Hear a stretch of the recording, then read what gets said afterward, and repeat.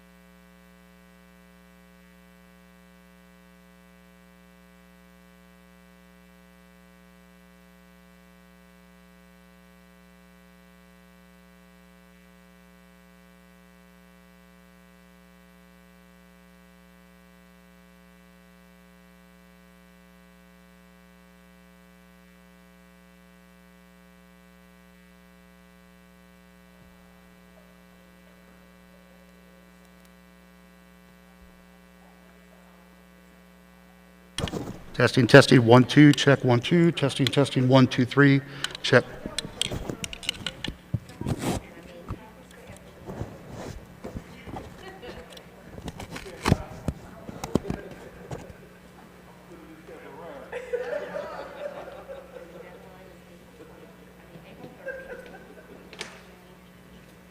All right, we're good, Chris.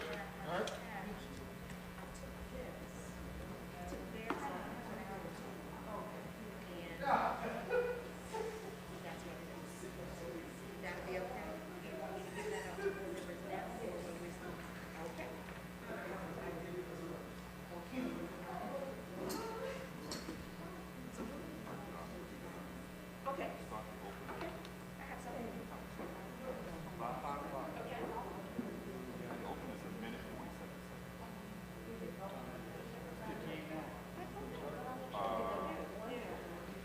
Let me let her know.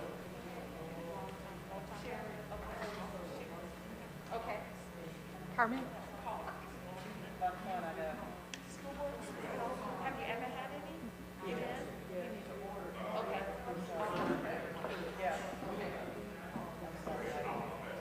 Check, check.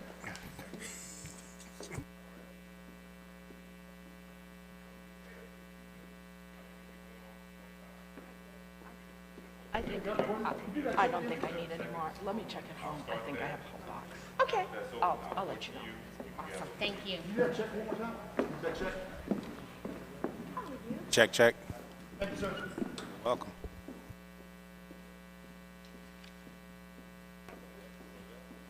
Check.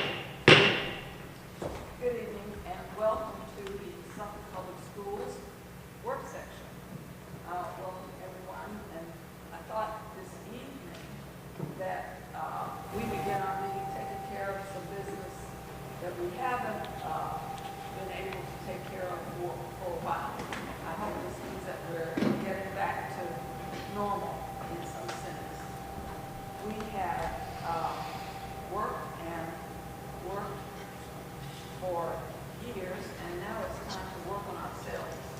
So we're going to, as the first item of business, look at our self-evaluation, our board self-evaluation.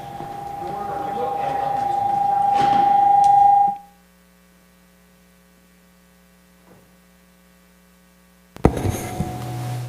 There you go. Okay, is that better?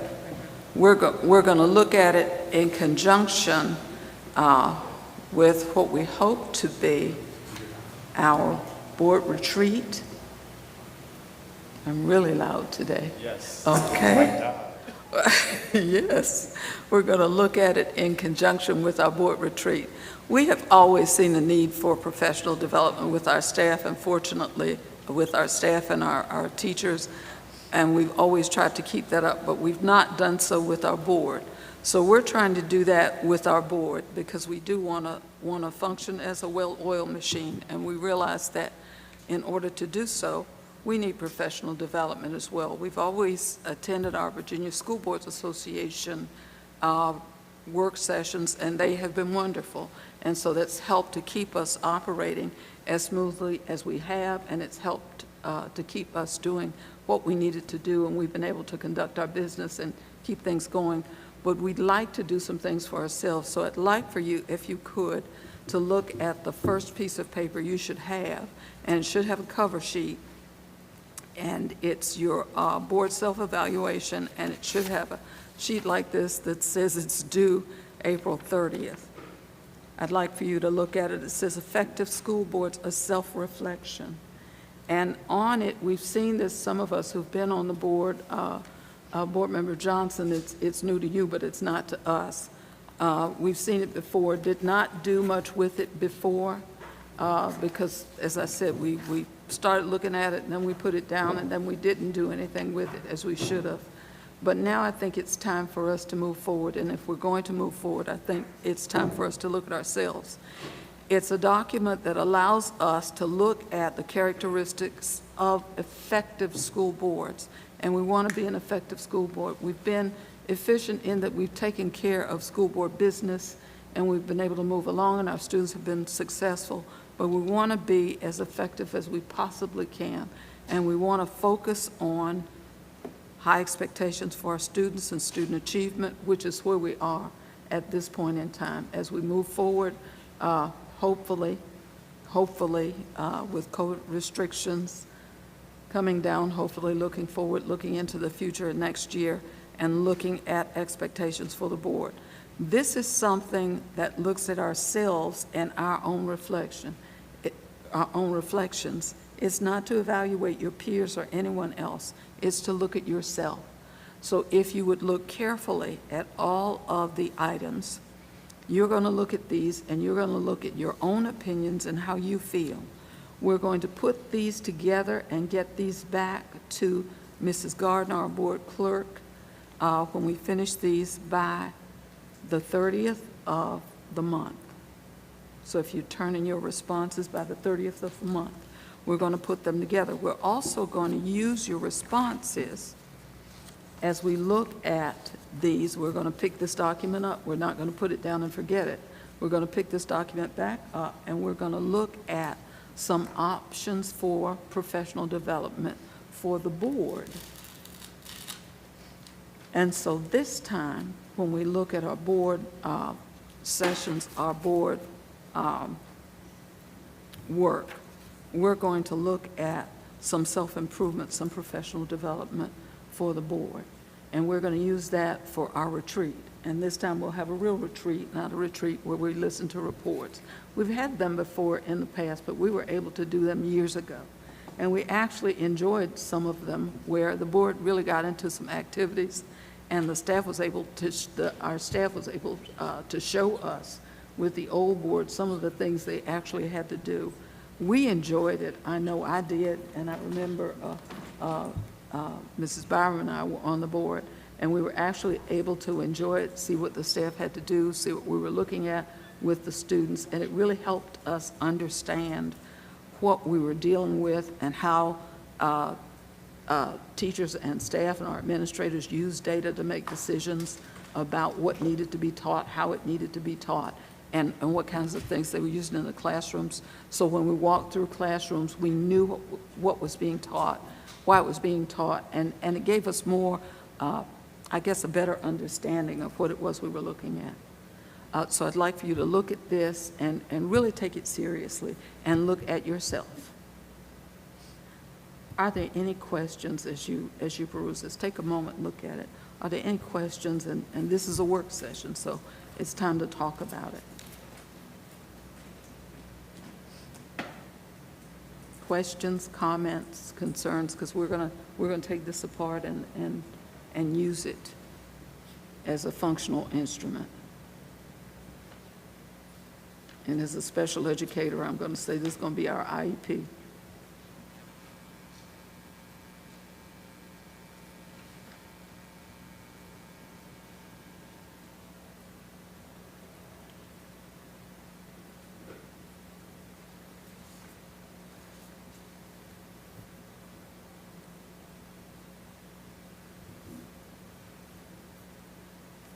If you don't have any now and you have some later, we can discuss it when we bring it back together. We pull it all together, because I realize that some of you just started looking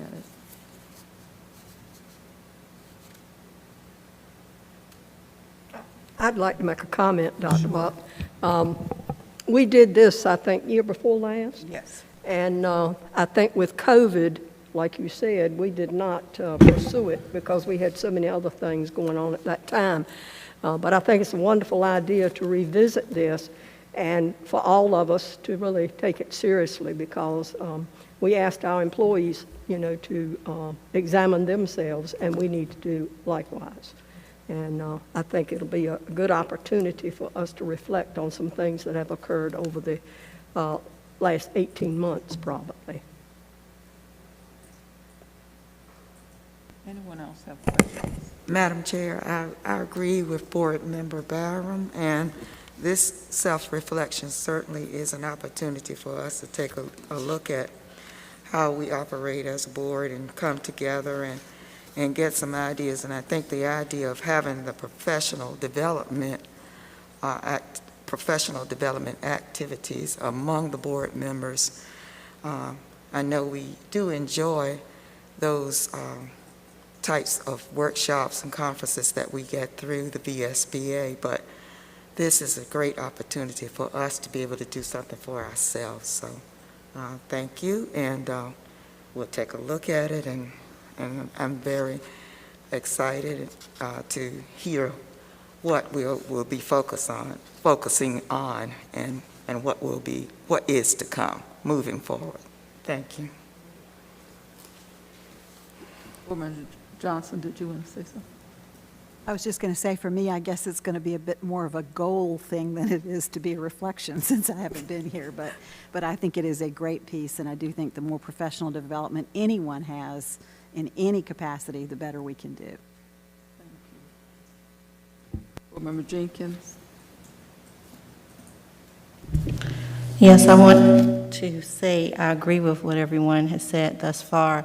And also, it just allows us to step back and take a look at ourselves, because we may be thinking that we are doing things all right and whatever, but if we really look at this and be honest, we may see some things that we do need to improve on, or maybe even stop doing altogether and regroup. So I appreciate this, and I think we need to have it more often than just maybe once or twice a year.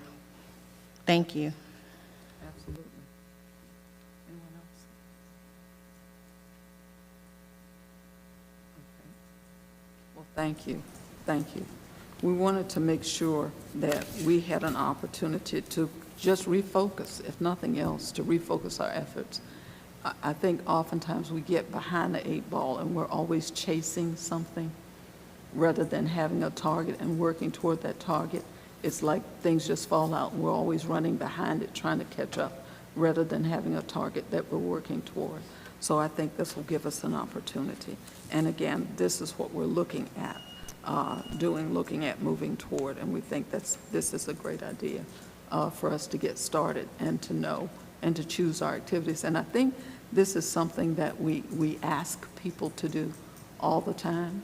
So it's time for us to take a spoonful of our own medicine and to look at it as a board and see where we need to fill in some gaps. And I think you're right on point, Mrs. Jenkins, in looking at what we need to do, where we need to be focused, and how we need to move forward, instead of being focused on all sorts of things and never finishing anything. So this will help us move forward.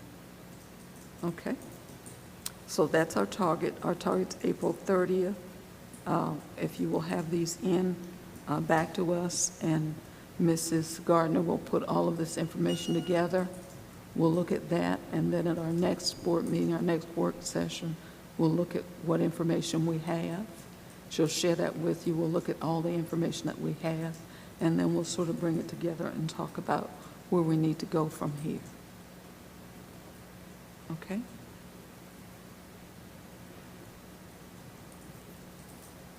Now, if we have, we also want to talk about the board retreat, because again, what we have done always is looked at a budget, looked at dollars and how we were going to save money, and I really think we cheated ourselves. We started years ago. We used to be able to have a retreat, a real retreat, where we took a day. We didn't go to expensive hotels or do anything, but we took a day at least to have a retreat and learn some things. And so we sort of cheated ourselves, Dr. Gordon, and came back to school, and our retreat wound up being sitting, really listening to reports for the year and never really working on anything, not even focusing on our board goals. It was sort of, the staff put things together because we didn't have time to even work on board goals. The staff really put the board goals together, and we sort of said, okay, let's go with that, because we didn't have time to do it. We had the one day, and we did it across the street in the band room. And we sort of listened to reports and said, well, that's a good idea, and let's put a stamp on that and move forward. So this will give us time at the board retreat to look at that, because I think it's 2023 we're coming up, so we need to look at some dates or think about some dates and some times for a real board retreat where we sit down and begin to process, because it's coming up soon and we need to review where we've gone and where we're going. Madam Chair? Yes. Yes, definitely. Thank you for that. And one of the things that Dr. Brooks-Buck and I have discussed is the professional learning that the board decides in their self-evaluation will be the focus of the school board retreat. It's actually going to be twofold. We also would like to get some feedback from the board. As Dr. Buck just mentioned, our current strategic plan of building exceptional schools expires in 2023. But realistically, it takes a year to have proper community feedback, board feedback, looking at current data as well as trends for Dr. Branch and the teaching and learning team and Dr. Buck and all of you all to be able to give some direction and information for the next strategic plan. And in looking at a lot of the indicators under our current strategic plan, Suffolk Public Schools has accomplished a lot of those things already. So we need to begin to get some direction to determine, okay, for example, will we retain the same mission and vision statements? How many goals will be a part of the next strategic plan? So we're hoping that a lot of the information that you all discuss will give staff some direction so we can be able to put some things together so that some of the work sessions that Dr. Buck has alluded to will then become the focus of also helping to develop a new strategic plan for the next 5 years for the school division. And based on what comes out of that retreat, that will allow us to be able to present some things back to you all about every other month or so that once we get to January of 2022, we will really be able to have our strategic plan completed by the summer of 2022. So we're really trying to get a nice early start on that process coming up very soon. Thank you, Madam Chair. Thank you. Any questions or comments, or everybody understand where we're going with this? Okay. All righty. Any questions or comments about anything that we've discussed so far? This is the time. Okay? We're going to move forward. All right? We are done then. If there are no questions, if there are no comments, none whatsoever.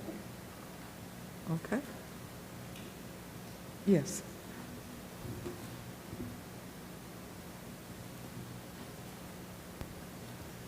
You decided on a month for the retreat?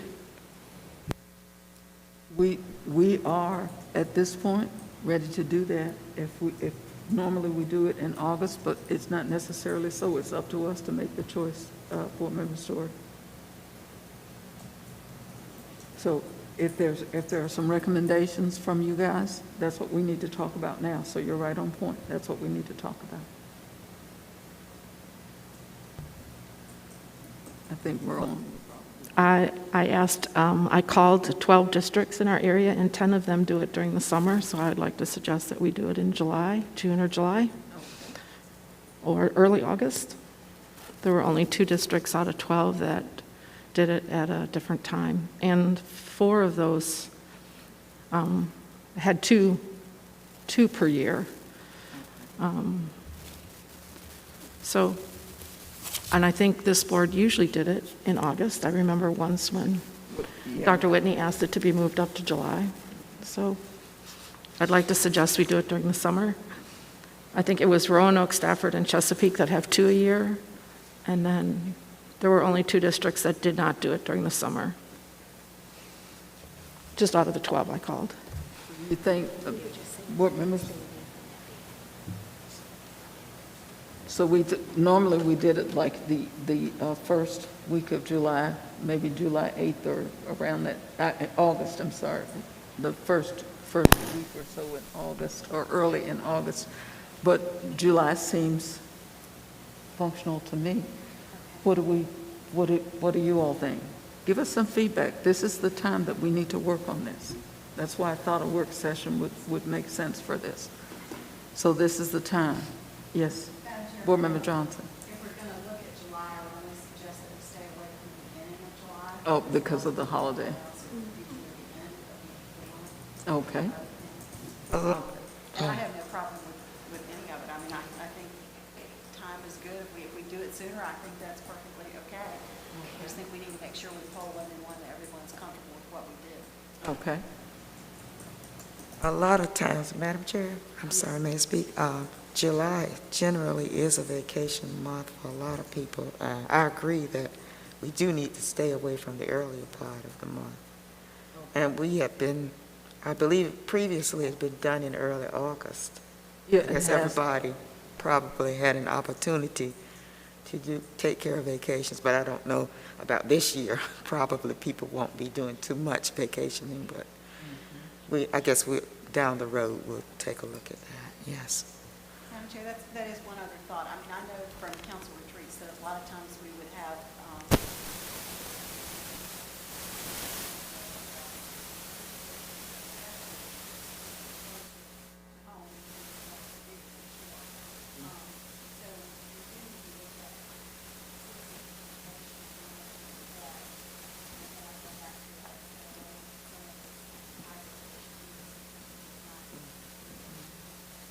See, for that, now for this particular piece, we don't normally have, this is the retreat time, that we don't normally have citizens for the retreat.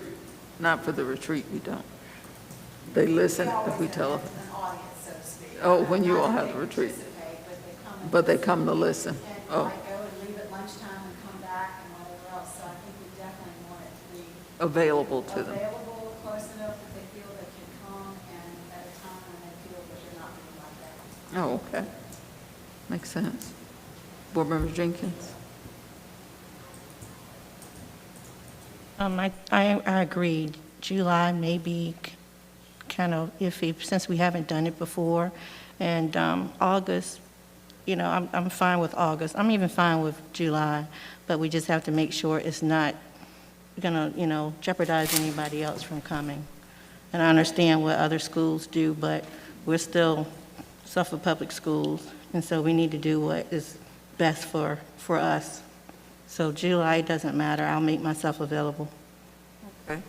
Well, I'm thinking, how about July 19th, 22nd, or the 22nd? Would you guys think that would be a good time? Look at your calendars You're talking about during that week. during that week. If we look at the calendars, the only reason I didn't think of June is because we have graduation in June, and since we're going to try to do graduation 3 times, that would be kind of a busy month for people, and that would be really, really a lot to ask. But if you look at your calendars and see if July 19th or 22nd works that week. Did you say the 19th or Or 22nd, during that week, the 19th through the 22nd. Within that week. We also need to propose whatever staff are going to leave available and who's going to be there, because I know a lot of staff usually participates in retreats. Madam Chair? Yes. Yeah, that's a great point there, Board Member Johnson. That was part of the reason why I slipped Dr. Buck that note. We think that week of the 19th to the 22nd would actually work for us. We kind of tentatively right now have scheduled the administrative retreat the following week, and we're believing by the 3rd week in July, we will also more than likely have some of our instructional data, such as AP scores, should also be in by that So time. they'll be working on that. So that would be a good time for us, especially to look at that. Okay. So you guys look at your calendars and see if that works.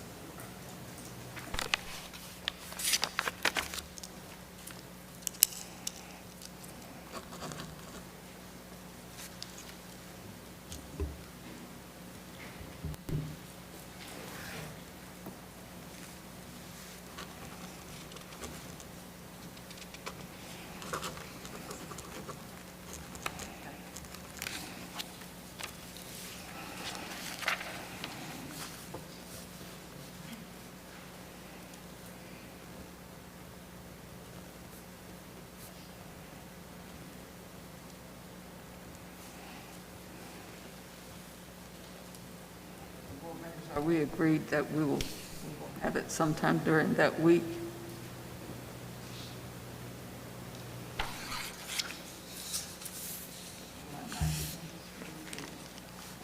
Madam Chair,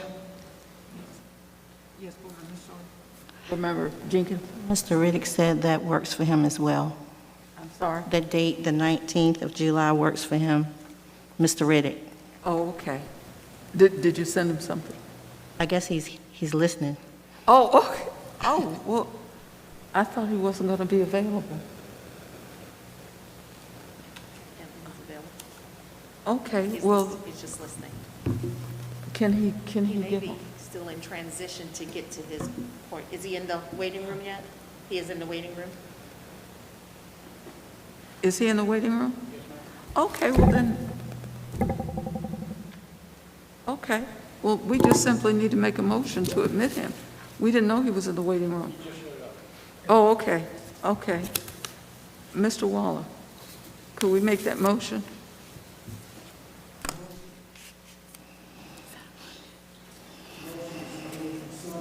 Code Section 2.2-3708.2 to allow Board Member Tyron D. Riddick to participate in tonight's open meeting of the school board through electronic communication means from his home due to a temporary medical condition that prevents his physical attendance at tonight's meeting.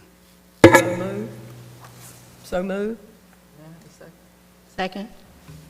It's been properly moved and seconded. Madam Clerk, that we admit Board Member Tyron Riddick to the meeting electronically. Board members, please vote. Board Member Jenkins? Yes. Board Member Johnson? Yes. Board Member Mayo? Yes. Board Member Riddick? I'm sorry. Board Member Story? Yes. Vice Chair Byram? Yes. Board Chair Brooks Buck? Yes. Motion passed.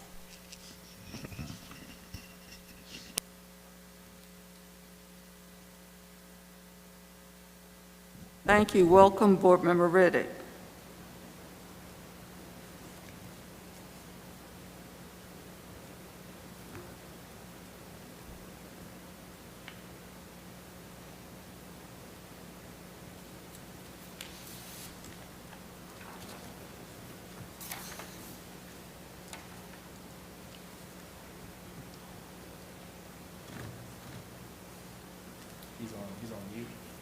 You're on mute.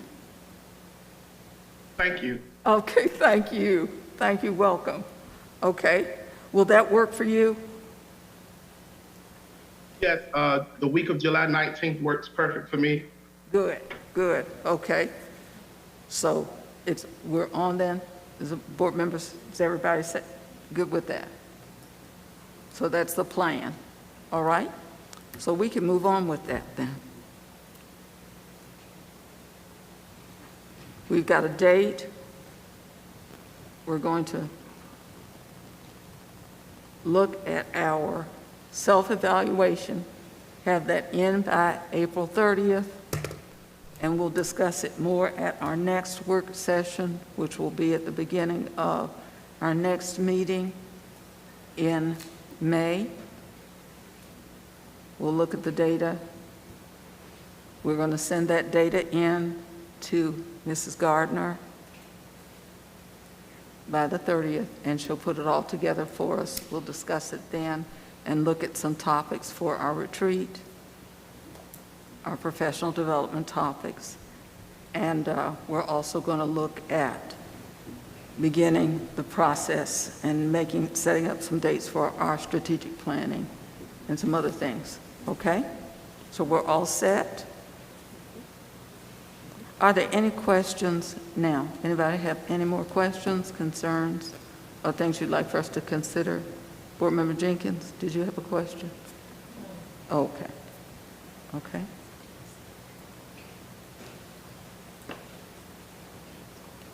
All right.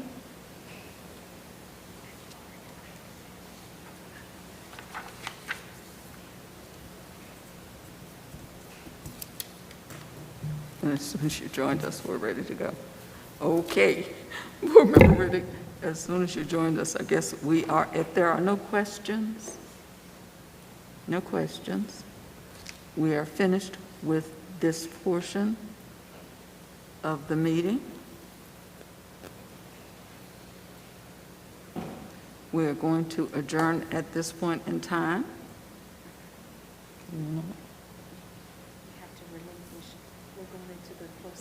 We're getting ready to go into our closed session. And A motion is needed to require all school board members participating in tonight's closed meeting of the school board to relinquish and have stored in a secure location designated by the school board all recording devices to include cameras, computer storage devices, digital video recorders, sound recording technology, or tape recording devices. A motion is needed. may I have a motion, please? So moved. Second. Okay. I have a motion and a second. Board members, please vote. Did I just turn it off? Board Member Jenkins? Yes. Board Member Johnson? Yes. Board Member Mayo? Yes. Board Member Riddick? Yes. Board Member Story? No. Vice Chair Byram? Yes. Board Chair Brooks Buck? Yes. Motion passed. Board members, we are going to ask you to cooperate and give your devices to the clerk. Motion is needed to go into a closed meeting to discuss the following items and subjects pursuant to Section 2.2-3711 of the Code of Virginia, 1950, as amended. Number one, the discussion and/or consideration of the personnel report regarding prospective candidates for employment, assignment, appointment, promotion, performance, demotion, salaries, disciplining, or resignation of specific employees of the school board, and more specifically as relates to the following. A, the resignations of individuals employed in the following positions: teachers, bus drivers, teacher assistants, cafeteria associates, master trade worker, coordinator of finance, and director of elementary leadership. B, the disciplinary action of a certain bus driver. C, the hiring of one instructional personnel for the following subject area: history teacher. D, the hiring of one non-instructional personnel for the following position: records clerk. E, the hiring of 9 non-instructional personnel for the following substitute positions: teachers.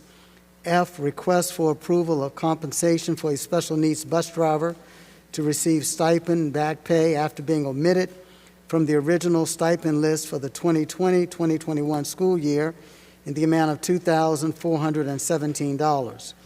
G, request for approval for 3 teachers to receive compensation as 3rd and 5th grade history performance-based assessment writers at the rate of $26.40 an hour.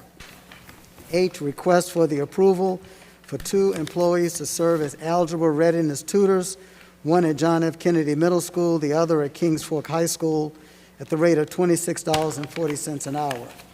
I, request for approval for 4 specific employees to provide ELL support at John F. Kennedy Middle, Nassau Parkway Elementary, Colonel Fred Cherry Middle, and Kings Fork Middle Schools at the rate of $26.40 an hour.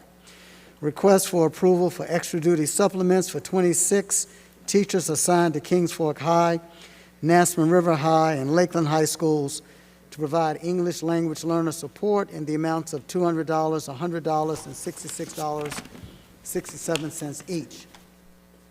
K, request for approval for extra duty pay for an employee to serve as an administrator for providing a secure exam delivery at the rate of $26.40 an hour.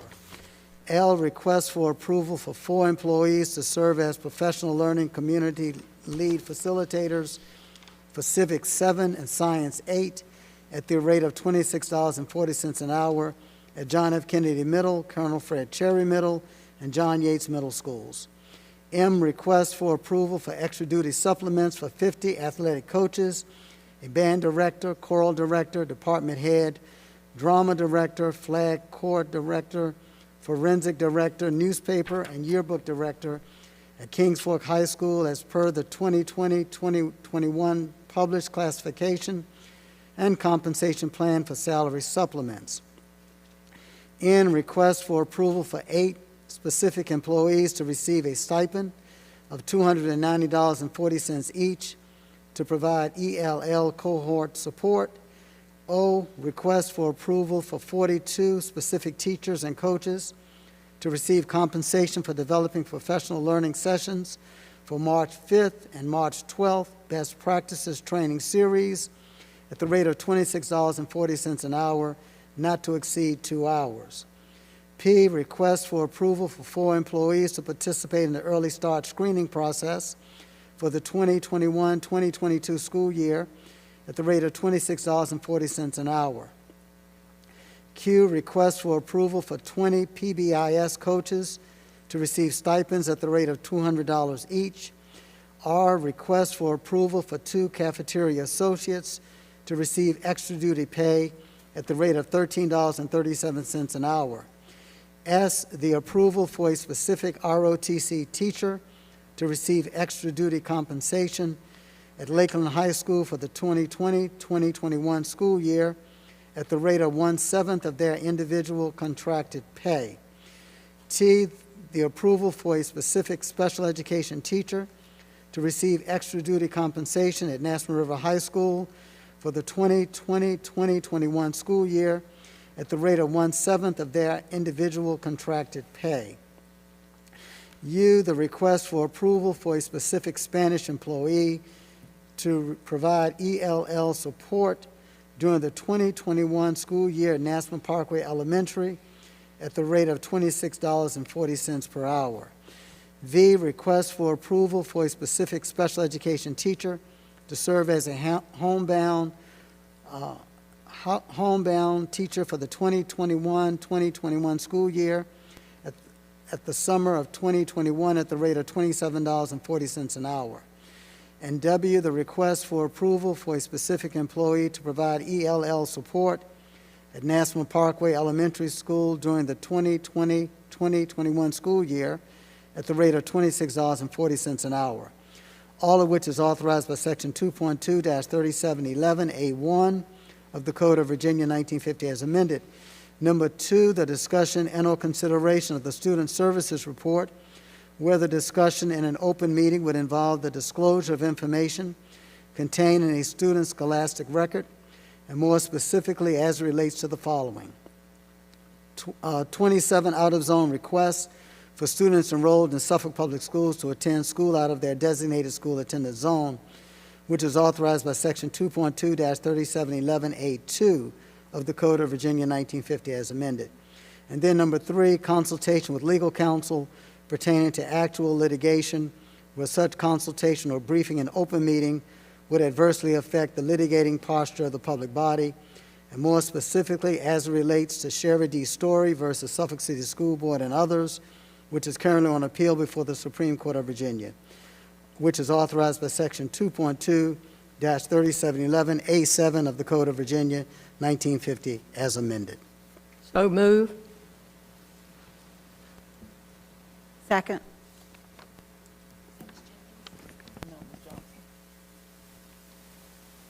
Board members, please vote.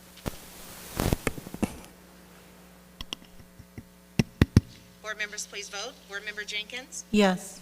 Board Member Johnson? Yes. Board Member Mayo? Yes. Board Member Riddick? Yes. Board Member Story? Yes. Vice Chair Byram? Yes. Board Chair Brooks Buck? Yes. Motion passed. We will adjourn to closed session.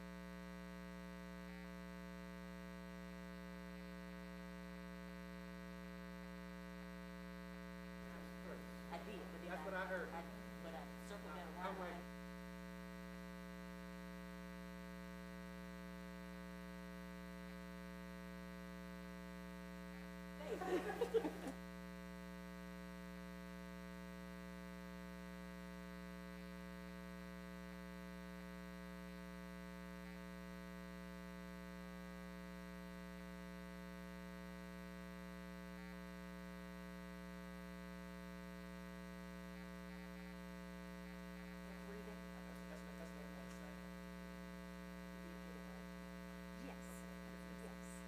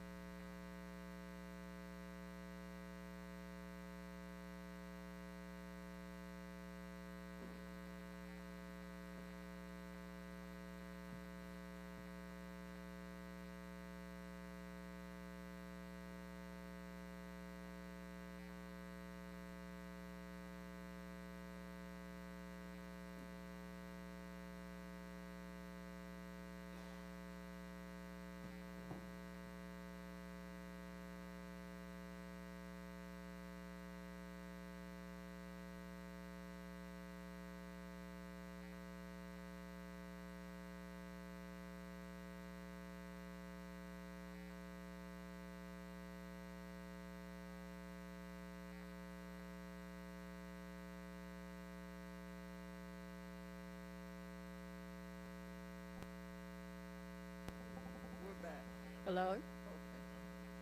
Okay, we're ready? Okay.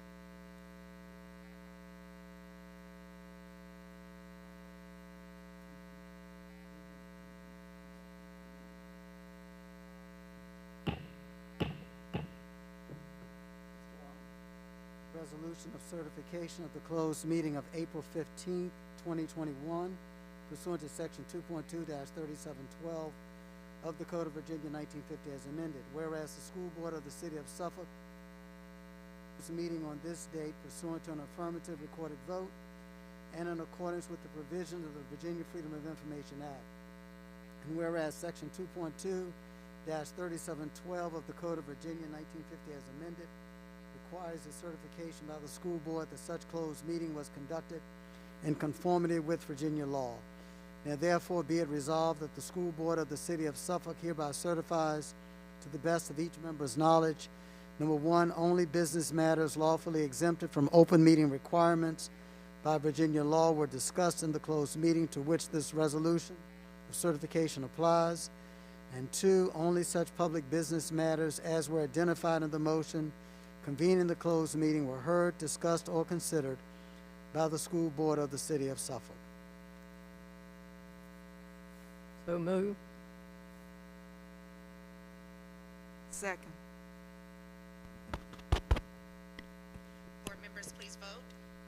Board Member Jenkins? Yes. Board Member Johnson? Yes. Board Member Mayo? Yes. Board Member Riddick?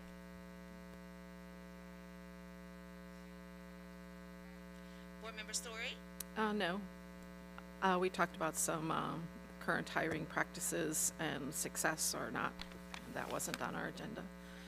It wasn't in the motions. Vice Chair Byram? Yes. Board Chair Brooks Buck? Yes. Motion passed. Thank you.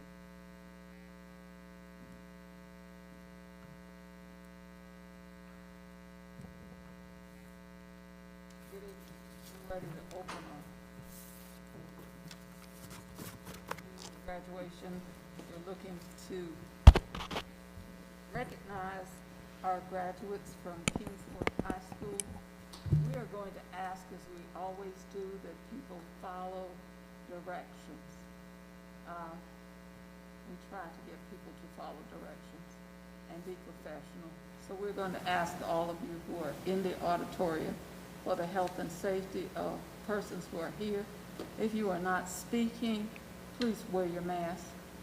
If you are speaking, you may take off your mask and put your mask back on when you complete, when you finish speaking. Thank you. Would you come forward, Dr. Gordon, and we'll turn this over to you. Thank you, Madam Chair. Tonight, we were going to honor the Kings Fork High School honor grads for the class of 2021. We have Mr. Derek Bryant, principal of Kings Fork High School, who will be assisted by Ms. Elkie Boone, assistant principal at Kings Fork High School, who will go through the list of our honor graduates. So at this point in time, I will turn it over to Mr. Bryant and Ms. Boone.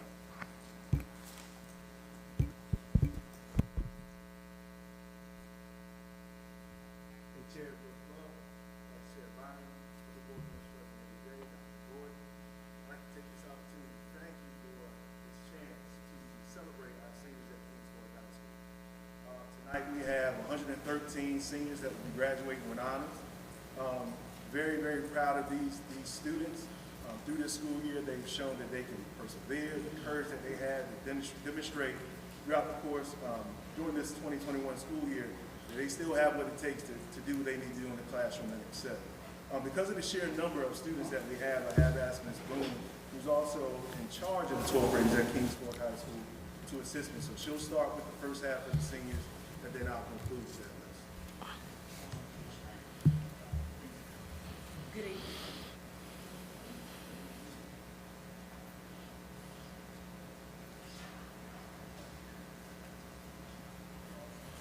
Edmund Amu.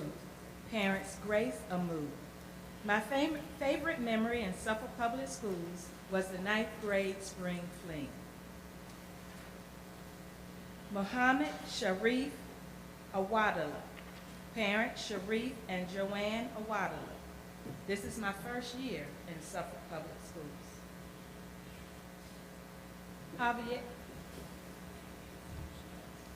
Javier Benales Serrato. Parent, Sylvia Serrato. My favorite memory in Suffolk Public Schools was the spring fling in 9th grade and being inducted into the National Honor Society. Brooke Alexander Barnes. Parent, Keisha Barnes. My fondest memory of my years in SPS was definitely being a member of the Kingsport Mighty Marching Bulldogs. The group has a real family atmosphere and helped me to come out of my shell. Tatiana Solis Bennett. Parents, Jeffrey and Melanie Bennett. Destiny Brianna Bernard. Parents, Desire and Wayne Bernard. Her favorite memory, being able to express herself as a teenage student. Alvin Thomas Boone III. Parents, Alvin and Elkie Boone.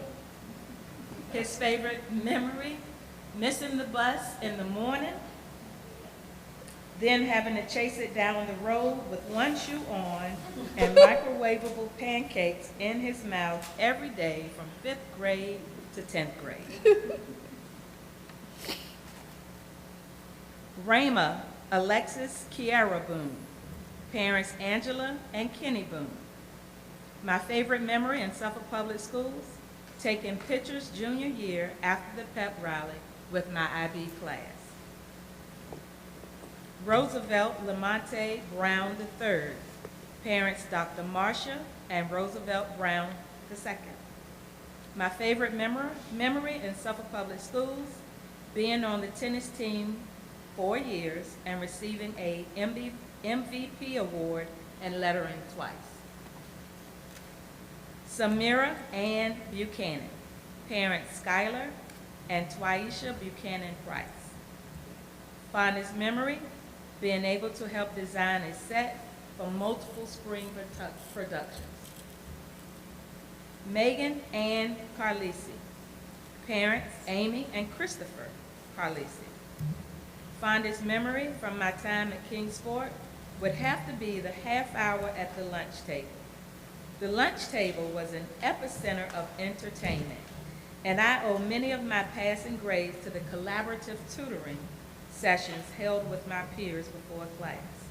The lunch tables at Kingsport created bonds like no other, and I will be forever grateful. Gabriella Maria Castro. Parents, Jose and Elaine Castro. My fondest memory in school is not easy to pin down. This journey has been extremely memorable, filled with good times, laughs, and hard work. Brittany Nicole Shabbat. Parents, Daniel and Angela Shabbat. My favorite memory in Suffolk Public Schools, some of the teachers weren't just great teachers. They were inspirations, great mentors, and great friends. Jalen Damari Chiapelli. Parents, Constantino and Brandolyn Chiapelli. One of my fondest memories in high school was 9th grade. It made a good first impression on the school for me. I had lunch and classes with all my friends, and I was able to make pretty decent grades. Braden Thomas Conboy. Parents, Michael and Melanie Conboy. My favorite memories are playing sports. I played on the Kingsport soccer team, was on the swim team, and am now a member of the golf team. I have made good friends and had a lot of laughs with my teammates and coaches. William Jatrell Dalton. Parents, Kirby and Torian Dalton Sr. My favorite memory in Suffolk Public Schools, even though I've only been in Virginia for a couple of months, I have only been to school about 5 times for appointments and SOL testing. The staff was always so generous and helpful. Moquasia Demetrius Dance. Parent Monique Dance. Favorite memory in Suffolk Public Schools was when P.J. Howard came to one of the basketball games. Deja Monet Davis. Parents Olivia Turner and Douglas Davis. Favorite memory in Suffolk Public Schools, homecoming at Kingsford High School. As a junior, attending my first and sadly my last homecoming dance. Teres Najee Doby. Parents Gregoria Rivera and Sam Doby. My fondest memory of Suffolk Public Schools was in 2020, my 11th grade year. It was senior night and Kingsford was playing Lakers. The gym was packed with students and spectators. In the student section, you saw the schools battle their school spirit, showing who had more. Varsity cheerleaders on both sides of the gym encouraging the boys on. During halftime, we, the cheerleaders, got to perform our senior night halftime show. It was fun and I loved every moment of it, dancing and cheering alongside my teammates as we watched Kingsford take another win. Amaya Aaliyah Downs. Parent Rolina Downs. My favorite memory in Suffolk Public Schools, going on a field trip with my biology class to EVMS. John Cragen Drake. Parents Jason and Jessica Drake. My fondest memory in Suffolk Public Schools, the time I got to spend with my friends. Marcus Joseph Dupart, Jr. Parents Sherry and Michael Dupart. My favorite memory in Suffolk Public Schools, going home. Haley Nicole Eberling. Parents Jeffrey Eberling and Stephanie Stumpmeyer. One of my fondest memories was when I got to go to Pruden, and on one day in particular, someone had brought a dog in, and we got to pet him, take his temperature, check his pulse, etc. It was one of the best days ever. Jennifer Alejandra Estrada Barajas. Parents Elazar and Adriana Barajas Estrada. Shelby Michelle Everett. Parents Suzanne and Mark Everett. My favorite memory in Suffolk Public Schools was playing volleyball. Emily Ann Farmer. Parent Anthony and Laura Farmer. My favorite memory in Suffolk Public Schools was participating in marching band and attending football games and competitions. Kentia Denise Nicole Falk. Parent Shakita Jones. Favorite memory was being in extracurricular activities. Kayla Elizabeth Feliciano. Parents Amber and Roman Feliciano. My fondest memories are shared in every moment I've had with my classmates and teachers. My IB class has been one of a kind, and I couldn't have hoped for a better experience. I got lucky by finding friends early on and maintaining all of those relationships throughout my 4 years here. I look forward to every class, lunch, and sports practice.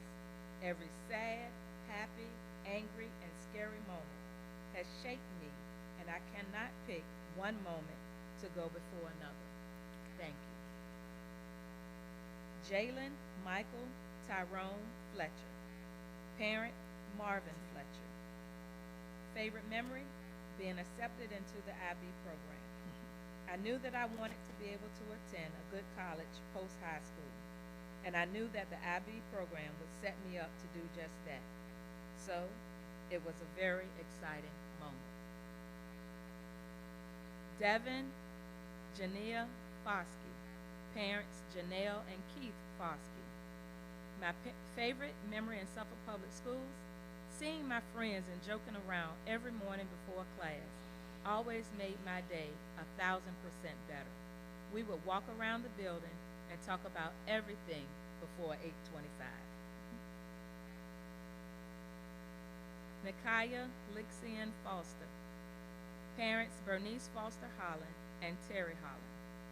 My favorite memory in Suffolk Public Schools, becoming captain of the track team. I've had an extremely wonderful journey. Anaya Nicole Freeman. Parent Crystal Gilbert. My favorite memory in Suffolk Public Schools, the pep rallies and basketball games, which everyone came out and showed their school spirit and love for their school. Most importantly, receiving the opportunity to have such patient, loving, and supporting teachers along the whole way. Noah St. Clair French. Parents Todd and Christine French. My favorite memory in Suffolk Public Schools, I've just enjoyed meeting new people and learning from some of the best teachers I've been around. Madison Dora Marie Galloway. Parents Vanessa and Joey Galloway. My favorite memory in Suffolk Public Schools, being able to learn new things each and every day. Brendan Gamore. Parents Caroline and Benjamin Gamore. My favorite memory in Suffolk Public Schools, 3 p.m.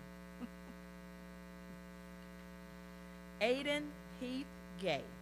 Parents Heath and Lori Gay.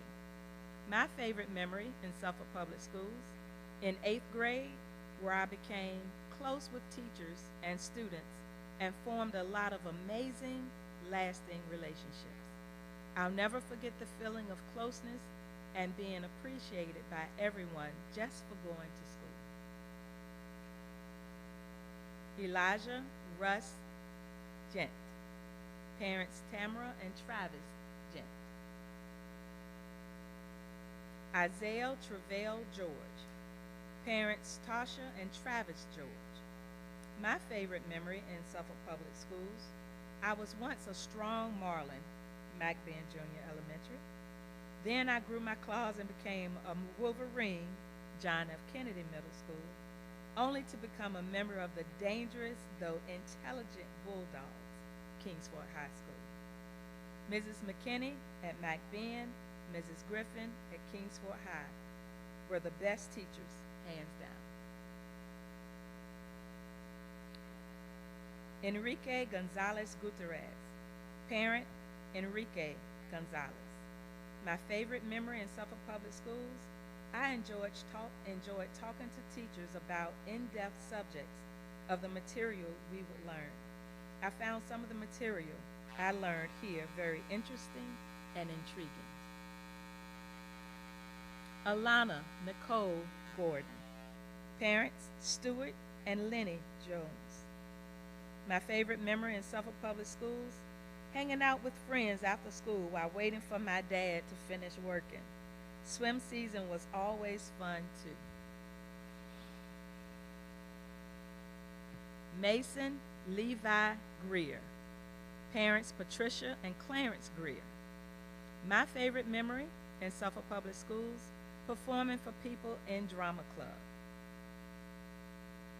Zachary Michael Hammond. Parents Julie and Bert Hammond. My favorite memory in Suffolk Public Schools was whenever we had a day off from school. Emily Ann Miracle Harris. Parent Rhonda Poole. My favorite memory in Suffolk Public Schools, when we won against Oscar Smith football team during my 9th grade year. Cheyenne Michelle Hathcock. Parents Harmony and Chris Hathcock. Favorite memory? Closing night for all of our productions in Theater Club, where we'd all gather and eat dinner together and get all of our anxieties out, and some of our final goodbyes to the seniors of the year.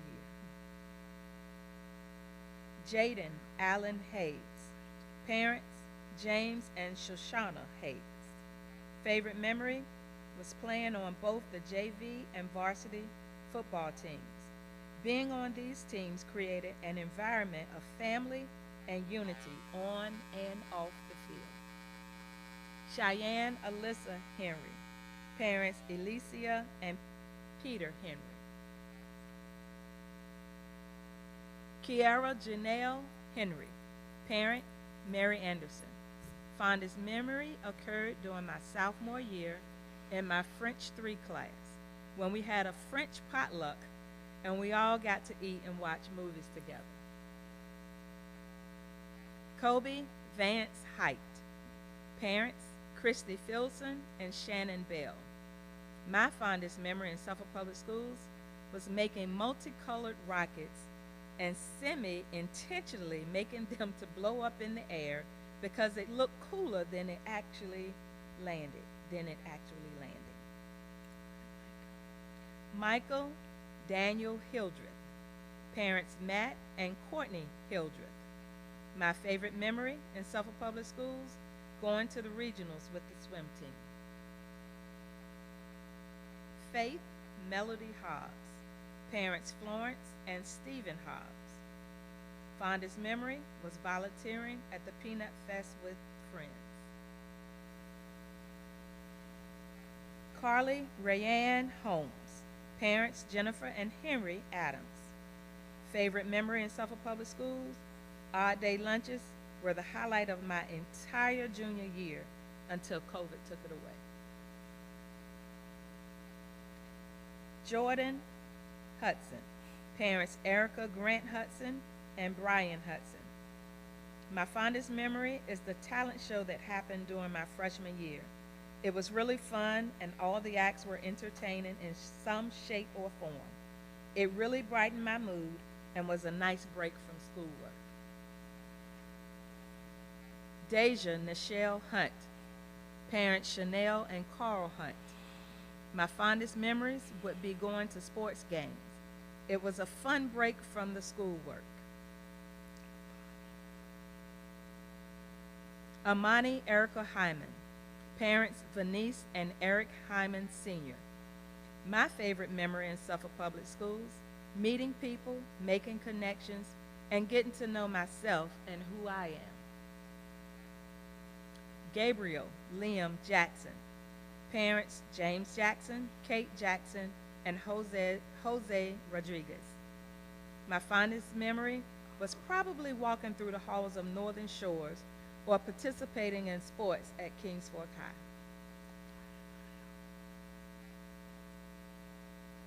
Anaya Monet Jenkins. Parents, Letitia Wade Jenkins and Damian Jenkins. My favorite memory in Suffolk Public Schools, being part of the IB program. In the IB program, I have created a strong support group that will be with me as I continue my education. Nicholas Minoza Jenkins. Parents, Nicholas and Cindy Jenkins. Katie Jane. Parents, Tong Jane and Hui Sun. My favorite memory was when my 8th grade Spanish teacher would give bad surprises to the kid that wins bingo that would make the whole class laugh.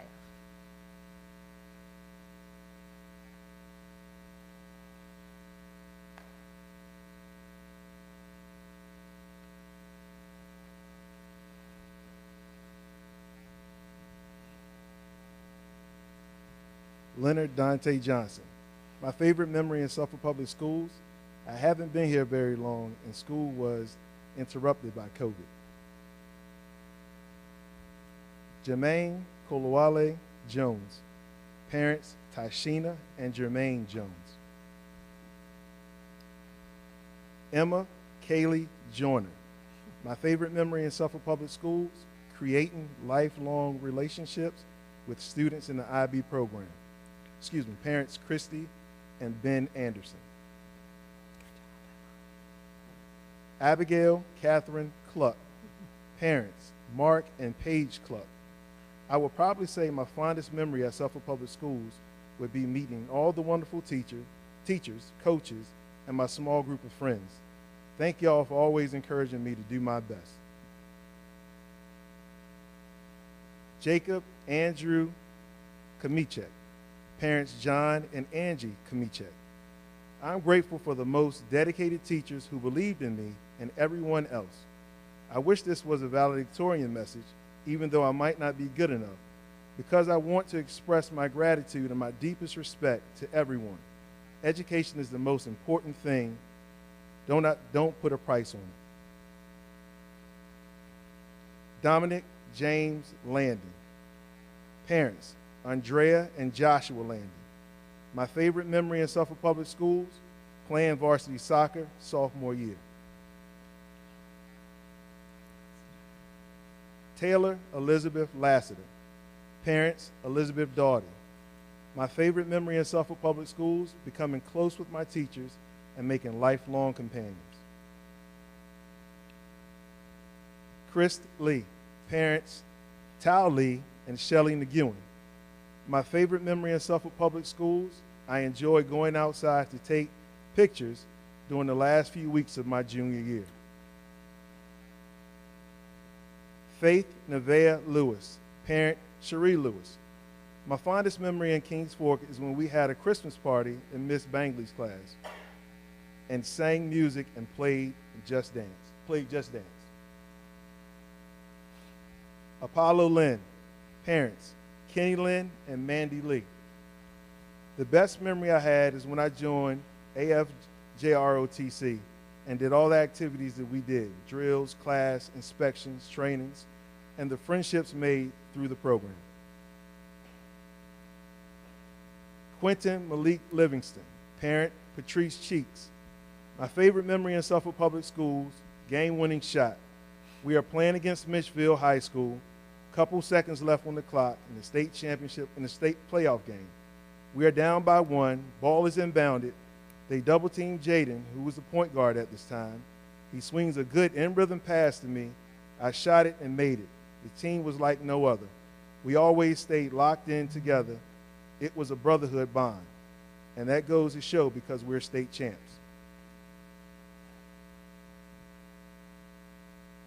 Danielle Jacqueline Lawyer, parents, Fabiola and Eric Ortiz.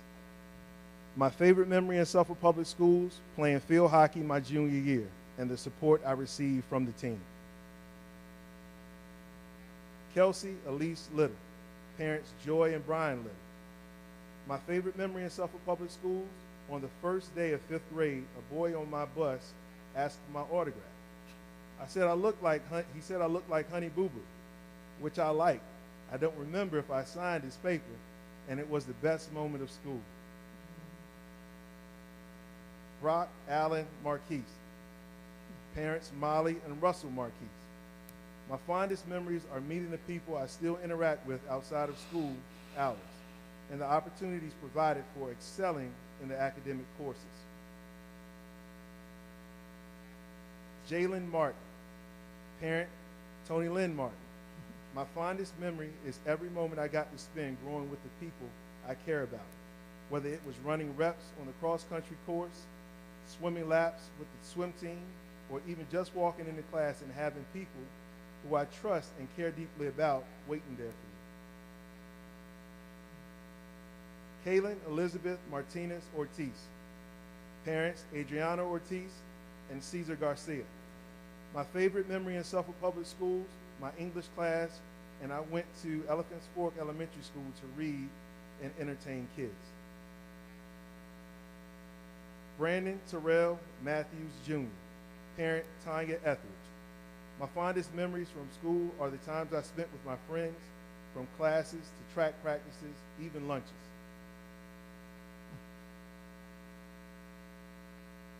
Anaya Kadaya McWilliams, parent Annette McWilliams. Addie Grace Montgomery, parents Edward and Jan Montgomery. My favorite memory in Suffolk Public Schools, playing sports. Seth Henry Moore, parents Gabrielle and Kimberly Moore. My favorite memory in Suffolk Public Schools, 10th grade homecoming was fun. Jamal Anthony Moser.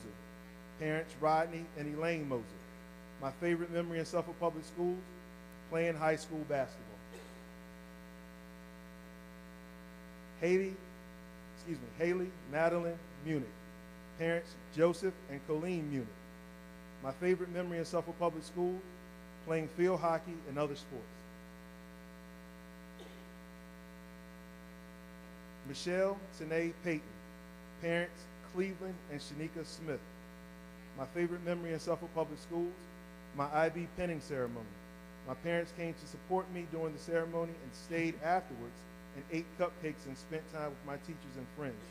For that moment, everything was perfect. Sanaya Jade Pitts. Parents Belinda and Lilton Pitts. My favorite memory in Suffolk Public Schools, when I found out that I was one of 3 people from Kings Fork to make it to district choir.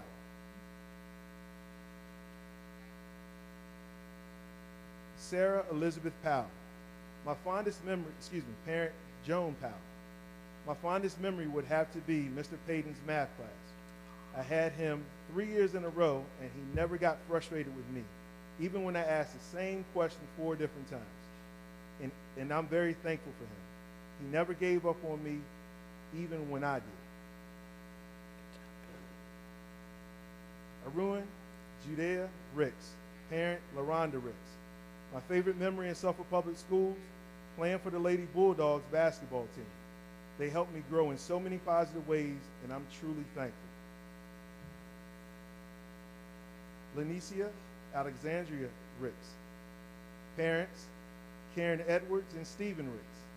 My favorite memory in Suffolk Public Schools, playing varsity soccer with my friends and scoring goals throughout my high school soccer career. Jordan Alyssa Robinson. Parents, Danita and Goddard Robinson. My favorite memory in Suffolk Public Schools, the school spirit in the gym during the varsity boys basketball game as we played against our rival school. Samaya Bernia Robinson. Parent, Sharonda Robinson. My favorite memory in Suffolk Public Schools, the strong friendships and personal connections I made through the IB program. Isaiah Jaquan Ruffin. Parent, Siobhan Pittman Ruffin. My favorite memory in Suffolk Public Schools, field day at my elementary school.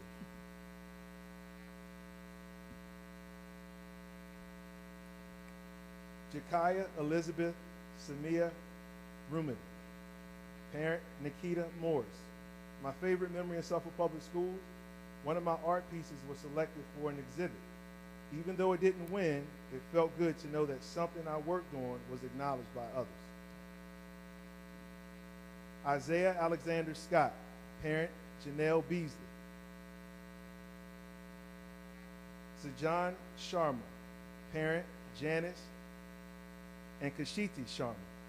My favorite memory in Suffolk Public Schools, building the Kings Fork tennis team with all of my teammates from seemingly the ground up through my first 2 years.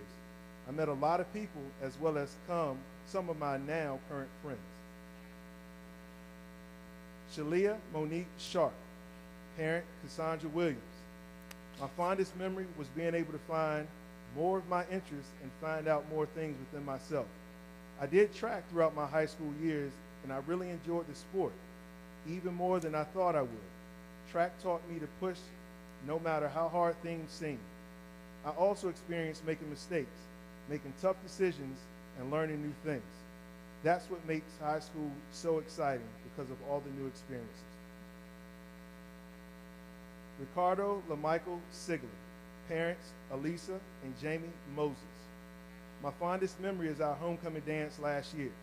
The music and outdoor games were great, and it was very well organized. The primary organizer, Sharon Kreiner, did an excellent job, and her dance moves were awesome. The overall experience was great.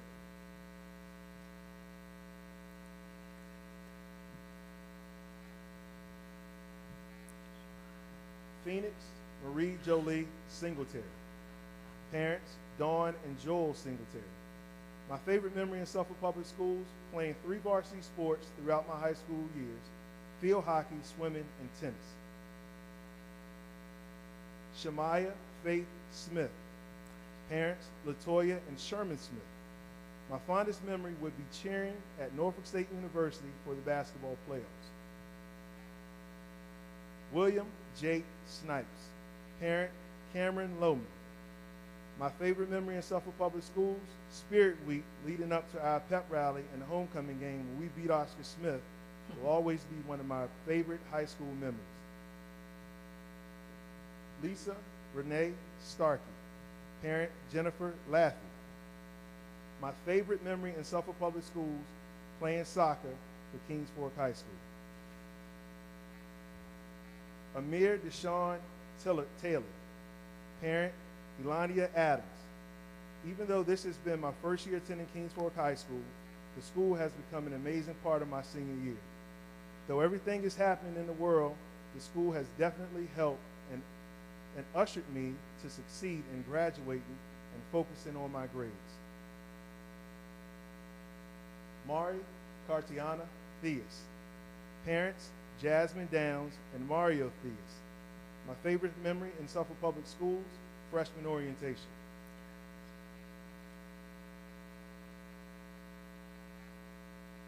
Sheila Marie Thornton, parents Delicia and Malachi Thornton. My fondest memory would definitely be the basketball and football games. The energy from the crowd as each team scored was exciting. Also dancing with my friends in the stands as the music plays. Connor James Tomzak, parents Eric and Darcy Tomzak. My favorite memory in Suffolk Public Schools, playing baseball. Marie Nicole Toombs, parents Shelley Toombs and Timothy Smith. My favorite memory in Suffolk Public Schools, the memories all of my friends and comforting teachers helped me through the years of my high school days. Jasmine Aaliyah Ulrich, parents Michelle Ulrich. My favorite memory in Suffolk Public Schools, being a part of the drama team and the traditions, sense of pride, and the community the group had. Kaylee Marie Valentin, parents Joel and Mary Valentin. My favorite memory in Suffolk Public Schools, being able to have fun with my teachers during and after school, along with having a really good bond with a lot of my teachers throughout the year, even though they were my favorite teachers or not. Mariah Sharice Rashawn Walters, parents Vondra and Micaiah Walters. My favorite memory in Suffolk Public Schools, cheering at the playoff game against Mitchville.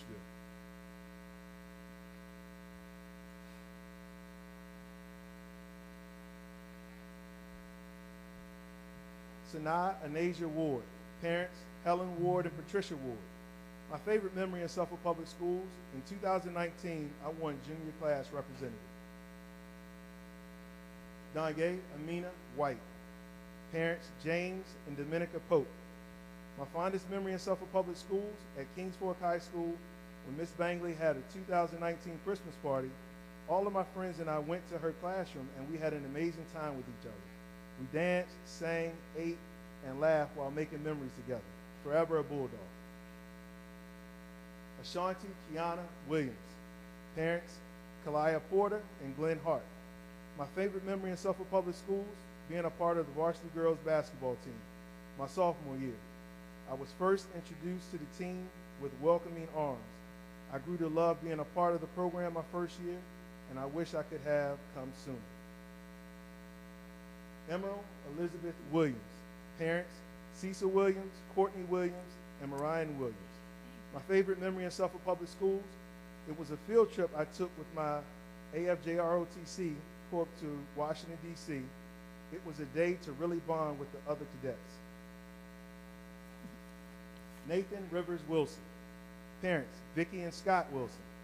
My favorite memory in Suffolk Public Schools, my elementary school friend group, 8th grade science class, and 11th grade odd day lunch. Adrian Devon Young, Jr. Parents Adrian and Arnitra Young.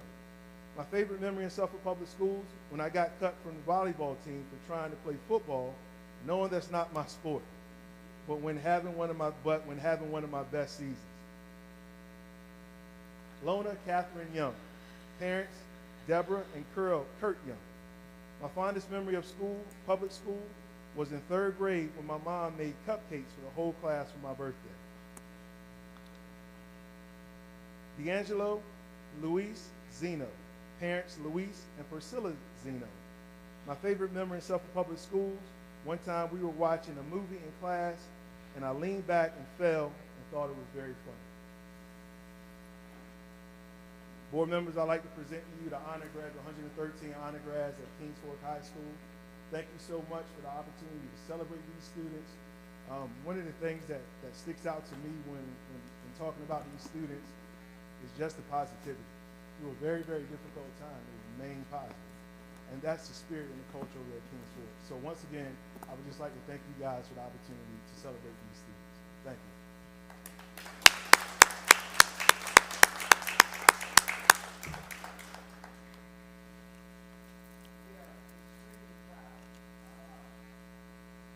We're extremely proud of our students here at Kings Fork and at all of our high schools, and 113 is a wonderful number. So we just want to congratulate you for the work that they've done and the work that you do and the work that our parents have done to get them to this point. We look forward with great anticipation for graduation.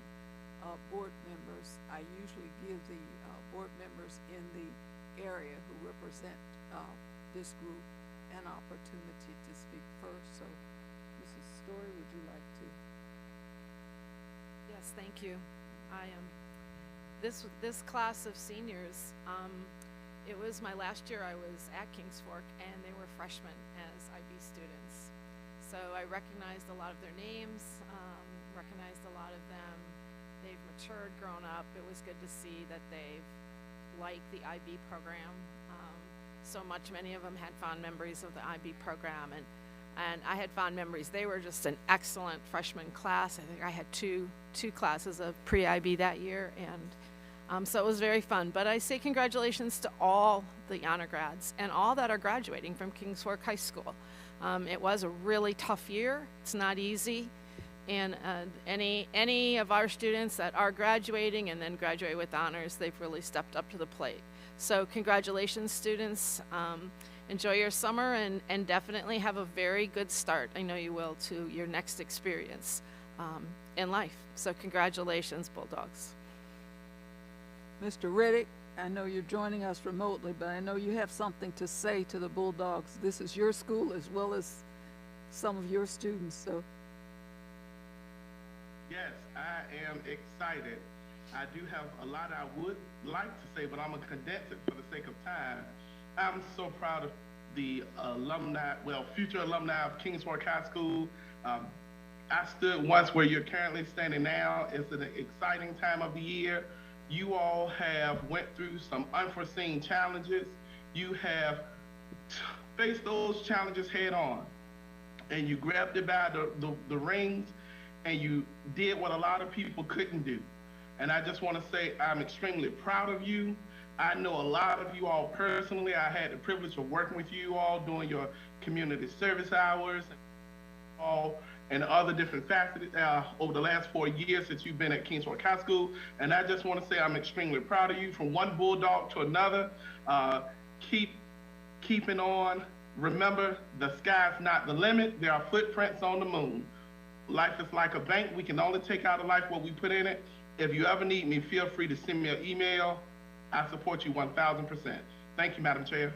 Thank you. And Ms. Jenkins, I know you have some Bulldog babies over here, so please give them some encouragement. Thank you, Madam Chair. As my other two colleagues said, we are so proud of our honor graduates and everyone that's graduating from Kings Fork High School.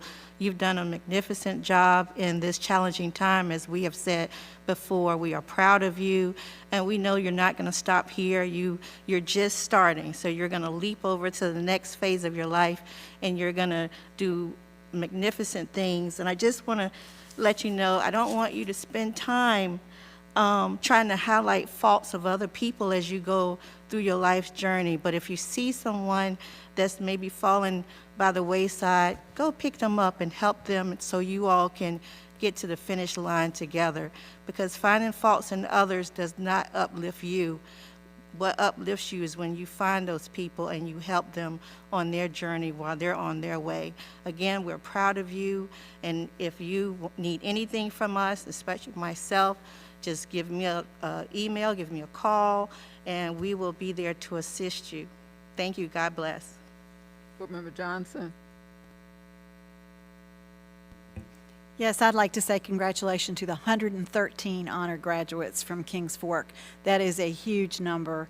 And I think what was already said at the podium is absolutely true. The comments were so positive.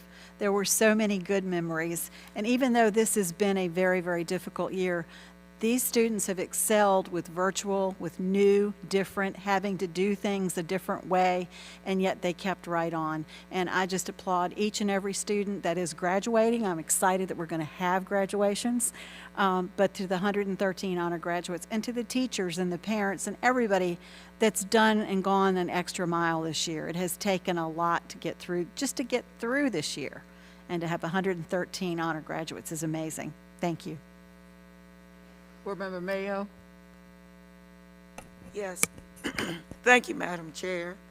I, too, would like to offer my congratulations to the 113 honor graduates of Kings Fork High School. Thank you for your hard work, for your perseverance, and how you maintain your focus during a year that was certainly one of great challenge. I noticed that many of them talked about their close relationships and all of the wonderful instruction that they received from their teachers. And Kings Fork High School, you are to be commended for these young people and the experiences that they have had. They are well-rounded, involved in the life of the school. Many of them are student athletes and participate in extracurricular activities as well. Congratulations to all of the honor graduates and to the other graduates as well. Job well done. Continue to do great work. Vice Chair Barrow. Yes, it's an honor to see that we have 113 honor graduates from Kings Fork. I congratulate all of those honor graduates as well as the other graduates. And as everyone has said, in the midst of the pandemic, they have still demonstrated academic excellence, and that is surely to be commended in these times that we struggle in. A lot of them mentioned the outstanding teachers. The IB program was mentioned numerous times, and I've always been a proponent of that. The extracurricular activities, which we know have been stymied a little bit, but still have been a focal point of many of these students. And especially they mentioned a lot of their friendships, not only with classmates, but with some of their teachers and staff. I also want to commend two of our administrators who have students who are graduating. Elke Boone, of course, who's assistant principal here at Kings Fork, has a fine young man graduating, as well as Roosevelt Boone, who's one of our assistant principals at Colonel Fred B. Cherry. But anyway, I know everyone is proud of these young people. Someone mentioned it's a wonderful journey. That journey is just beginning for those people, and I wish them much success in their future endeavors as they leave Suffolk. I hope many of them will never forget us, will come back and contribute to the educational system here that has helped them in some way. And as one of them mentioned, education's the most important thing. Don't put a price on it. And that is true, very true. Takes you far. And I commend these young people. They're really a special group. Thank you, Dr. Buck. Thank you.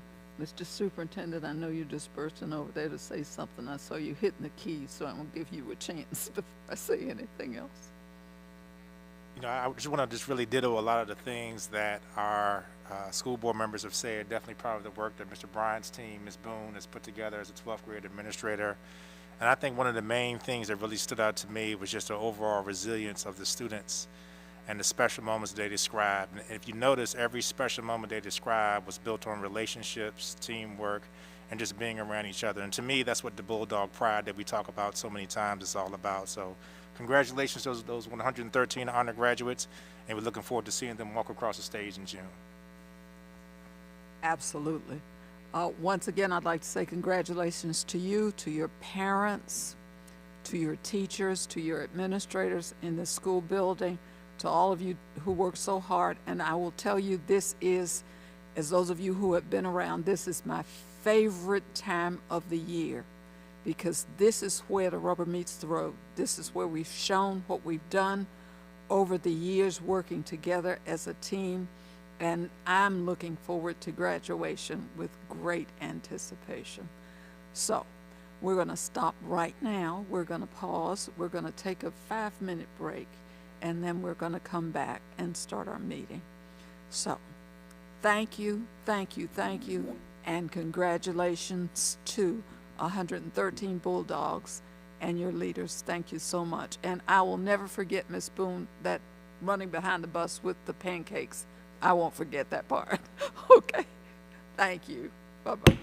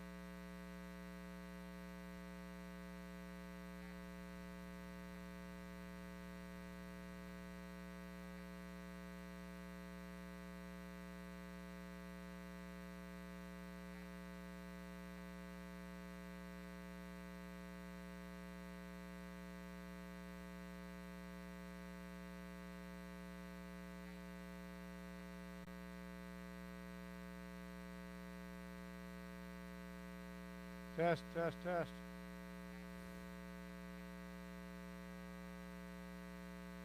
Testing. Test, 1, 2, 3. There you go. Now you're doing something. Test, 1, 2, 3. That's good. Leave it right there. Don't touch a thing. Sir? Yes. Check. Yeah.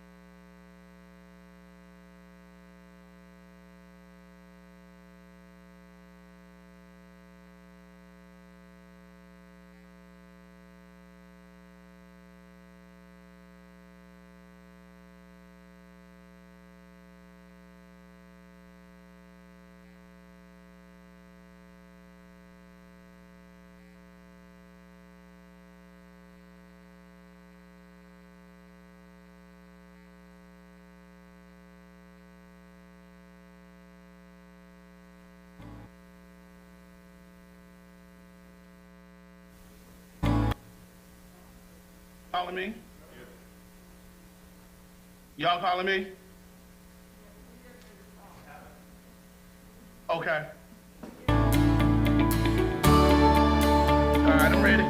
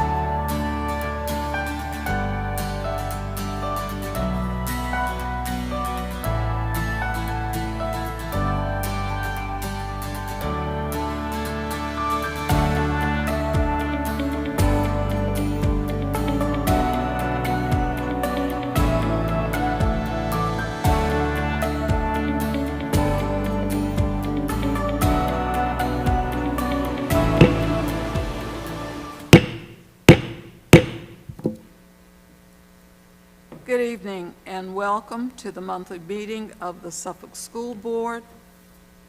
Just as a matter of housekeeping, we're going to ask you to keep your mask on while you're in the meeting. If you're speaking, you may, while you're at the mic, remove your mask, but we ask you to please put your mask back on when you are not speaking. At this time, we ask you to please listen to our Vice Chair, Mrs. Phyllis Barham, and she will give you some directions as we stand for the Pledge of Allegiance. If you will join me in the Pledge of Allegiance. I pledge allegiance to the flag of the United States of America and to the republic for which it stands, one nation, under God, indivisible, with liberty and justice for all. Thank you. Thank you.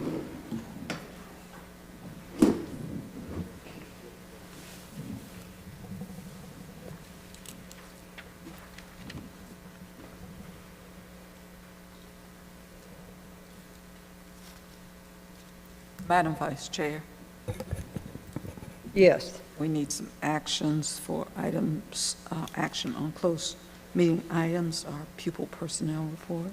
Yes, I move that we approve the pupil personnel report as given.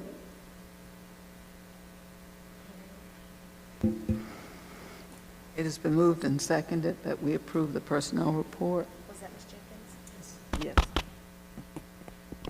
Board members, please vote. Board Member Jenkins? Yes. Board Member Johnson? Yes. Board Member Mayo? Yes. Board Member Riddick?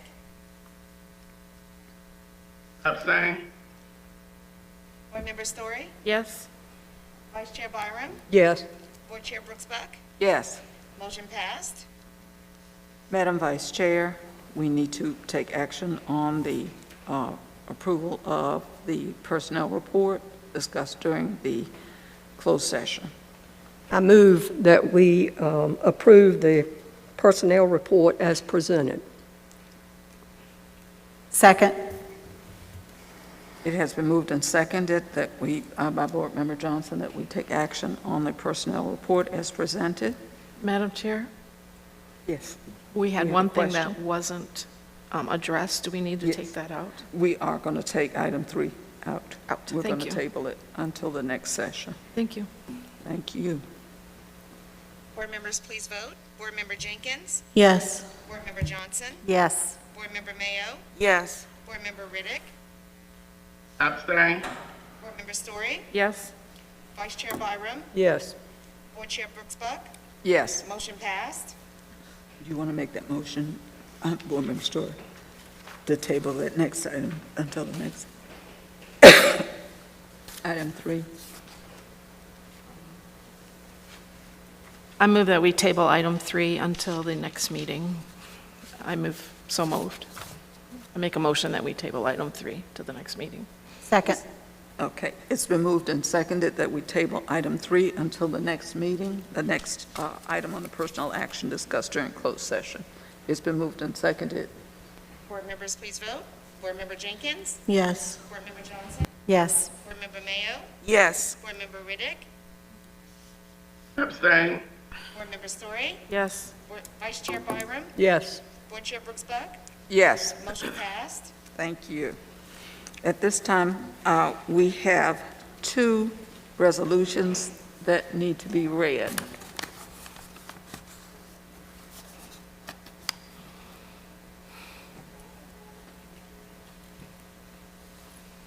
Madam Chair, we need to have those items added to the agenda. We would like to have them added, to the agenda. And do we read them now or just have them added now and read them later? Right now, you just have them added. We'll have them read now. And these are 2 resolutions that came about. May I explain at this time? Would it be appropriate at this time just to explain what they are? What you need at this time is simply a motion by someone to have them added to To the have them agenda. added to the agenda. And then when you get to them on the agenda, then you can explain Then we what they're can all about. explain. Madam Chair, I'd like to make a motion that we amend the agenda to include the 2 resolutions to be added at the appropriate time. Thank you. Is there a second? Second. Okay. So it's been moved and seconded that we add these 2 items to the agenda at this time? Okay. Board Okay. members, please vote. Board Member Jenkins? Yes. Board Member Johnson? Yes. Board Member Mayo? Yes. Board Member Riddick? Abstain. Board Member Story? I guess I vote no. I don't know what the resolutions are about. I don't know what they are. Does everyone else know what the resolutions I are? think they're on your table.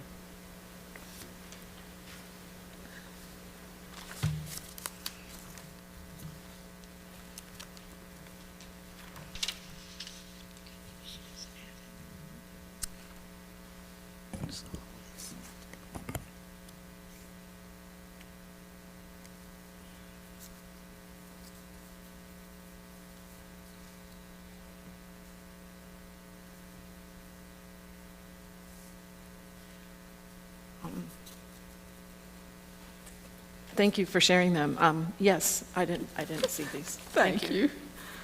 Vice Thank Chair you. Byram? Yes. Board Chair Brooks Buck? Yes. Motion passed.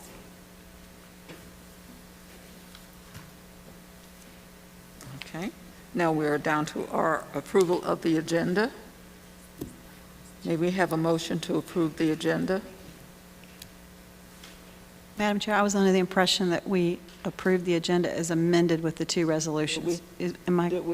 I just thought we were approving the addition of this, but we did, so we're done. We're good. Let's move forward. Thank you. Thank you. All right. We are now at the point where we're going to listen to we have 1 public speaker. Is that correct? Yes, ma'am. Okay. We have 1 Yes. public speaker, Mr. Greg Cashmark. So let me read the Wait. charge first. We have a charge first, Mr. Cashmark, so your time won't begin.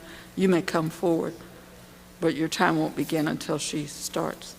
It is the intent of the school board to ensure that the affairs of the board be conducted in an open and orderly manner, that all persons desiring to address the board are afforded an opportunity to do so. Any persons addressing the board shall, 1, confine their comments to matters germane to the business of the school board. 2, refrain from words or statements which, from their usual construction and common acceptance, are construed as insults and tend to incite violence or breach of the peace. 3, refrain from obscenity, vulgarity, or other breach of respect. 4, comply with the time limit for public comments as set by the board, which can be up to 5 minutes unless the board, through the exercise of its discretion, decides to allow less than 5 minutes for public comment. 5, refrain from cumulative or repetitive remarks. And 6, refrain from making any comment regarding any pending student discipline or employee grievance matters. The appropriate forum for such matters is the applicable administrative hearing provided by state law or, where appropriate, court proceeding. The school board welcomes comments from the public as appropriate. Board members will listen to comments but will not comment unless granted permission by the chair. The chairman or other presiding officer shall preserve decorum and shall decide all questions of public order subject to appeal to the board. At the request of the chairman, a city police officer shall act as sergeant at arms at all board meetings. That officer shall, under the discretion of the chairman or other presiding officer, have charge of the board chambers, the board conference room, the waiting areas and corridors adjacent thereto, and the school administration building, and shall prevent disorder or interruption of the business of the board. Please state your name and your address before speaking. Mr. Cashmont, would you give us your name and your address, please? Yes, ma'am. Greg Casmark. My address is 423 Collier Crescent over in the Booker T. Washington area. And I was coming to talk to you all this evening. One, really to again thank all the teachers, bus drivers, and everybody that's doing everything they can to get these schools, these children, and these schools to be with their peers and their teachers. I know my youngest is back 4 days a week, and she is loving it. Her mood is up. She's not reclused anymore. And but I want to thank the principal or whoever gave that presentation earlier for putting those kids in the spotlight and sharing some of their memories. And I really like to see, again, with the sports and things. I think that all of y'all, I don't know why we're not at the city the chambers anymore, but it was kind of nice driving here because I was like, man, look at all this traffic. And look at Chick-fil-A. Look at all those cars in the Chick-fil-A parking lot just waiting to get their meals. And then we stopped at Wendy's because I said, you know what, kids, because my wife's working right now because we've had to flip her schedules all around just so that we can still live because of the ways the schools and local government have made it for us to live our lives as well, to put food on our children's table. So I'm kind of glad that I brought them with me tonight because she's flipped her schedule around. And, of course, we know what goes on firsthand because she's in the medical field. And she didn't she didn't turn the COVID patients away when they were coming into the hospitals. So I was happy to see that she was, put herself there just like some of the special ed teachers that have not missed a beat. They've been in person the whole time. So I hope that the school board and the superintendent can do like the city of Virginia Beach, Chesapeake, Newport News, Hampton that have got these just like you were preaching at most of the meetings before the school year started to, we're doing everything we can do to get these kids back in class. And I hope that we have the leadership to give the staff, the teachers, the bus drivers, I hope we're doing everything we can do to get these children in the schools. And I made a few Freedom of Information requests to see how y'all are doing the COVID numbers. The 14-day trend right now in Suffolk is down 12%. The 14-day in Suffolk, so I'd like to know whether we're using the Western Tidewater whole district to calculate our numbers, or if we're just using Suffolk. Because if we're just using Suffolk, we haven't been in the red for quite some time. So I would just like to see these children, kids, whatever, they're on the playgrounds, they're eating at Chick-fil-A, we're going to Busch Gardens, I've been to Florida, all this time. I have not, I see everything else in the world, we've all adapted, we've all figured a way to adapt, and I have my neighbors, I have everybody, thank you for talking, thank you for letting them know that we want the kids back too. I'll get home tonight, Greg, you did a good job, thank you for going to the school board meeting. So if we could do whatever we can do, I know that we have some logistical issues, but if you could give the parents the ability to drop the children off at their school, I think a lot of us probably would, because we want them to have a good education just like y'all did, just like the children that they were showing up here this evening on the board for King Fork High, I believe it was, and they all deserve to be recognized. So I appreciate your time. I'm sorry I had to disrespect some of y'all to get a response. I only get a response if I make a Freedom of Information request. I don't ever have anybody respond to me unless I'm complaining about something, like the PowerPoint equipment or the way, I believe this is Dr. Rice here, the way she calculates numbers, or, when I'm at home and I'm seeing these numbers, I can't use the PowerPoint, so I can't show you the 12% downcrease that we had in the last 14 days. But we're only having, in most cases, one school board meeting a month, where if we're really concerned about COVID-19 and getting these kids back, we should maybe be having a twice-a-month meeting. But, I mean, they don't need to be 10 hours, but, you know, something to figure out how to get, these kids deserve to walk down this aisle. And I'm glad you said that earlier, Dr. Gordon. We're going to see them walk across this stage in June. And that's what I want to see. These kids deserve to walk across this stage. They deserve to walk down this aisle. If you've never walking down the aisle, then you'd know how it felt. But you don't know how it feels, you know? And there's been a lot of kid suicide lately, and people want to comment that says, oh, well, their parents knew what was coming. Who knows what their parents were going through? Who knows if they played sports every day of their life since 8th grade? You don't know what's going on, and you have no right to comment on something like that. But these kids have been flipped upside down, and not to mention not only their kids, but the parents' lives have been flipped upside down too. And we don't want babysitters. We just want the teachers to teach our kids, just like everybody else in the world right now is showing up for work and keeping this turning, keeping the grocery stores stocked, going to Chick-fil-A, going to Wendy's, KFC. So, your time has expired. thank you. I appreciate it, and I hope that all of y'all will take that into consideration and put yourself in these children's shoes that aren't going to school. Thank you. Thank you. Thank you, Mr. Cashmore.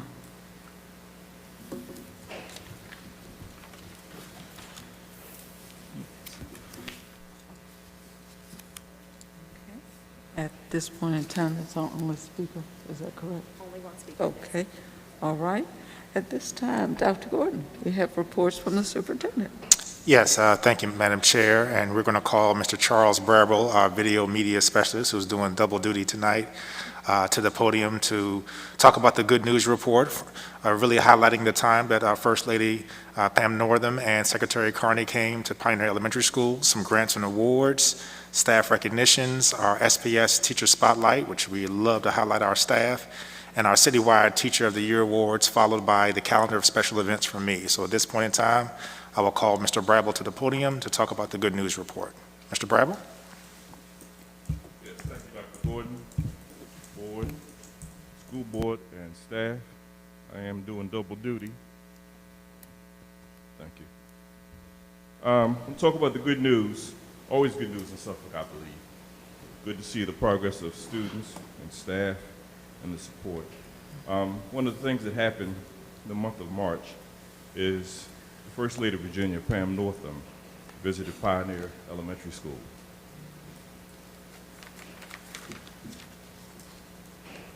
She was accompanied by Artief Carney, the State Secretary of Education. School board members attended, city council members, state delegates, but most importantly, Dr. Warden was there to greet her and allow her to see the good things that are happening in Suffolk. One of the most important things about her visit, she spoke about how the state is doing financially with the teachers getting a raise. And I thought that was good to see. We always talk about what teachers are doing, but they're really doing a great job. We were able to follow her with the camera, and we kind of captured this event to show you. And here we go. Suffolk Public Schools celebrated opening after the COVID pandemic with a host of dignitaries, none more important than our family of students. Accompanying the division superintendent, Dr. John B. Gordon III, were members of the school board, state delegates, and city council members. First Lady of Virginia, Pamela Northam, warmly welcomed students back to quality learning. We're so happy to be here to celebrate this coming back to school, in-person learning, and really to thank our superhero teachers and school personnel who've gone above and beyond throughout this whole COVID experience. They're keeping the kids healthy, happy, and learning throughout all of this. You can see where they've built in all these great safety protocols throughout the whole school, and the kids were just so excited to be back with their friends and their teachers again. Percent of teachers have been given an option to get a vaccination by now. We know we're doing really well in this state overall.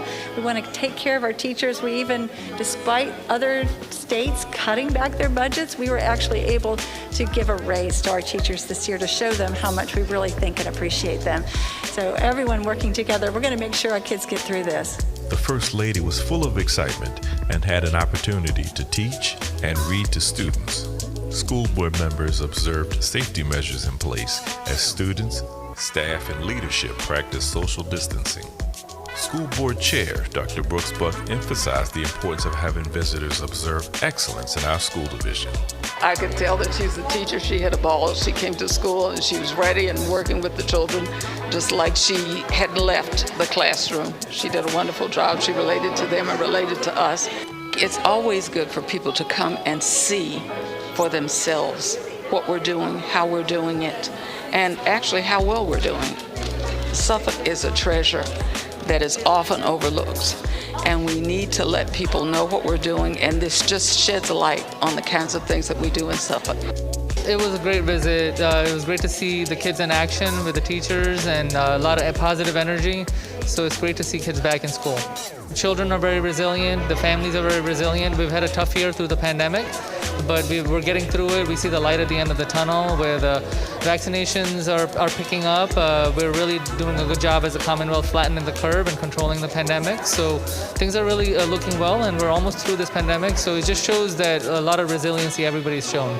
Building the best Suffolk Public Schools is a cooperative effort shared by all educators vested in student education. Months of pre-planning, preparation, and guidance enabled this successful reopening and welcoming students back into the classroom. It's such an exciting time. I mean, for them to come in on our third day back, second day for the group that's in cohort A, it really shows that everything that we've talked about highlighting our school division is coming true. First Lady Northern coming in, Secretary Carney, who I've had several conversations and discussions with, they understand the importance of being present. If they're going to ask staff to come back and students to come back, they also want to go in and take a look for themselves. That way they get that firsthand perspective and point of view. So we're happy for the exposure for the school division. We're even happier with the great job that our kids and our teachers did this year. And we were so excited that we had so many of our dignitaries and school board members that joined us for this visit. Expect SPS educators to engage and further invest into the success of our students, staff, and family, building the best SPS.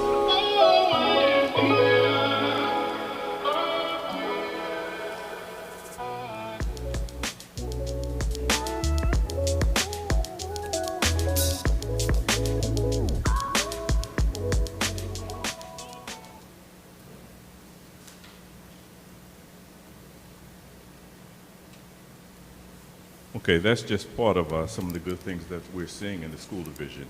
Much more to come, so keep your eyes tuned on our YouTube channel, because we have a whole lot more videos that's coming out soon, so please continue to watch.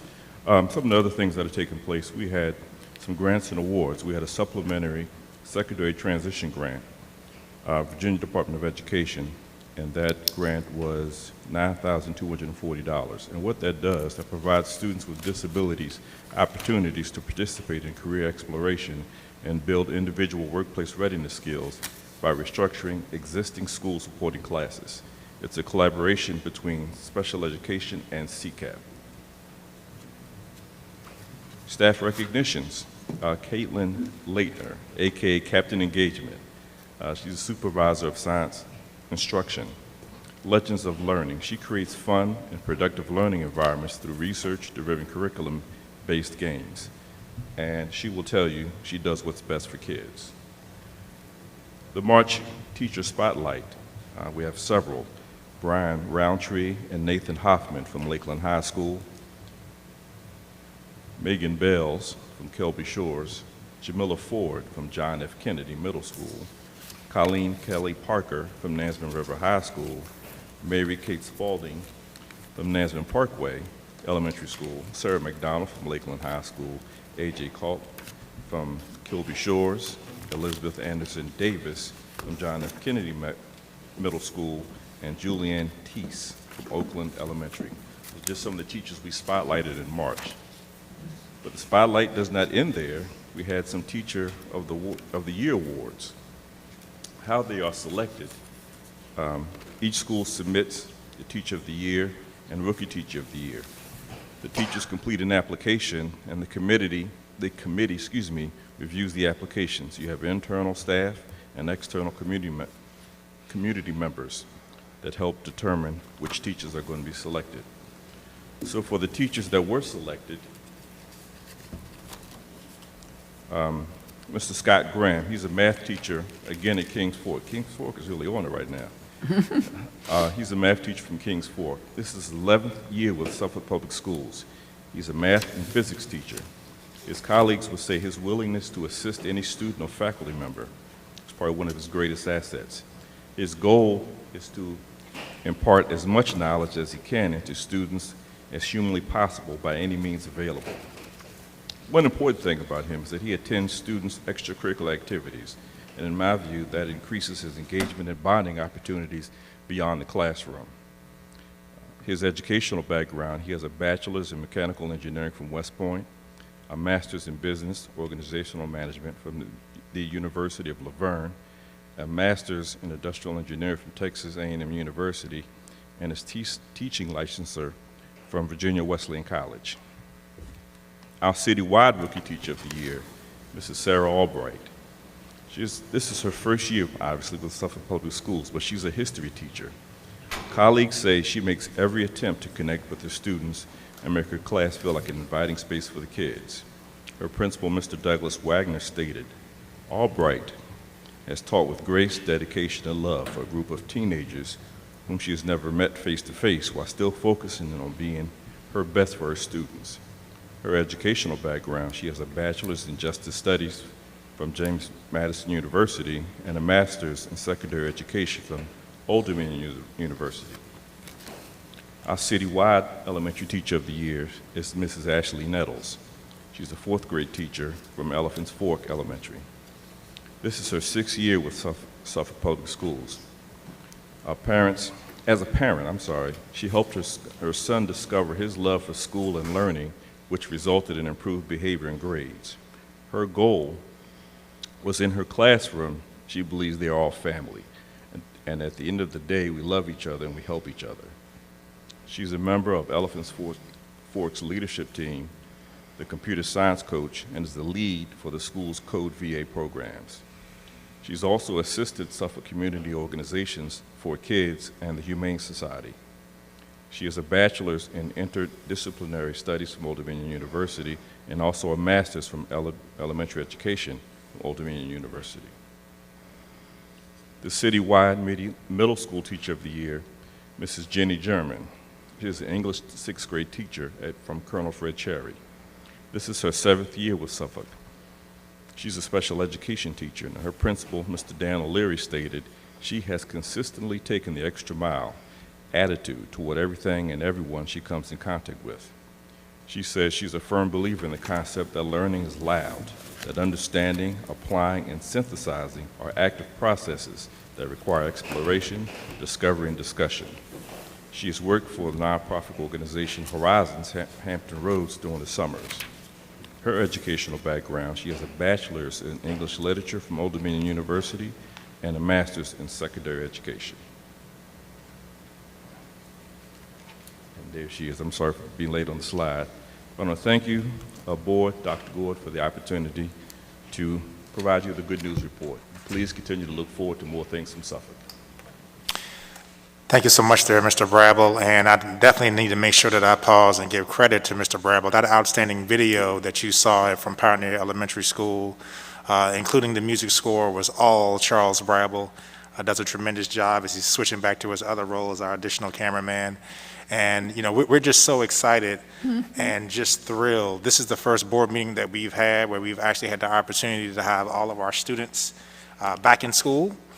And they're doing a tremendous job. They've adjusted very well to our safety and mitigation strategies, our staff, the learning keeps going on. And as Mr. Brabble said earlier, we have some upcoming videos that's going to try to capture some of those things as he and I were trying to tour. We got all 21 of our schools done in 9 days, and he got some great footage that we'll be showing to the board in an upcoming meeting.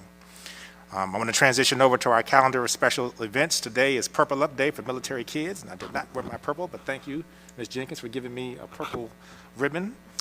This is also National Public School Volunteer Week. It's April 18th to the 24th. National Administrative Professional Day is next week, April 21st. We'll definitely make sure we take care of all our administrative professionals, including the 2 outstanding ladies behind us, Ms. Hicks and Ms. Gardner. Our report cards, parents, don't let your kids fool you. Report cards will come out on April 23rd. That is next Friday. I'm going to say that again. Report cards come out April 23rd. The month of April is also School Library Month. It's also Month of the Military Child. Teacher Appreciation Week is coming up. For all of our 1,100 teachers, May 3rd through the 7th, we have something special planned for you. Teacher Assistant Appreciation Day is during that same week of May 4th. School Lunch Hero Day is May 7th. I can't wait to see what Dr. Whiting has planned. National School Nurse Day, May 12th. Thank you to Sarah Williford and all of our outstanding nurses that we have in the school division. And our next school board meeting, Madam Chair, is May 13th. That includes the good news report. Thank you, thank you. I think there was a question about, we had,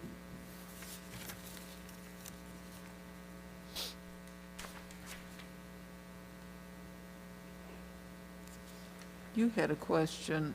We were talking about the students in school and the numbers. I think, was it you, Mrs. Johnson, who had a question, Board Member Johnson, about the letters that were going home? Yes, I need some explanation as to what it means when we send a no exposure letter. Do we send an exposure, I mean, help me out with that because I'm not understanding it.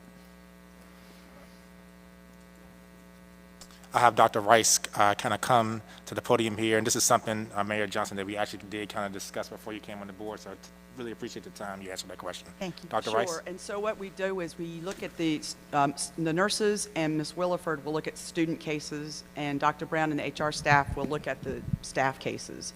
And so if a person has been notified at the building that we had a positive case, we send a letter home if there was no exposure, meaning close contact. So within 6 feet of someone else for 15 minutes or longer during the school day or the work day, if you will. So that would mean a no exposure. If they were in close contact, then that was with exposure. So really, it's just the CDC guidelines That's that we're correct. following. Okay. Yes. Thank you.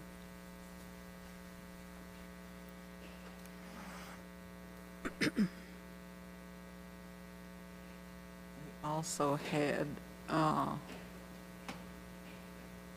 question about sick leave.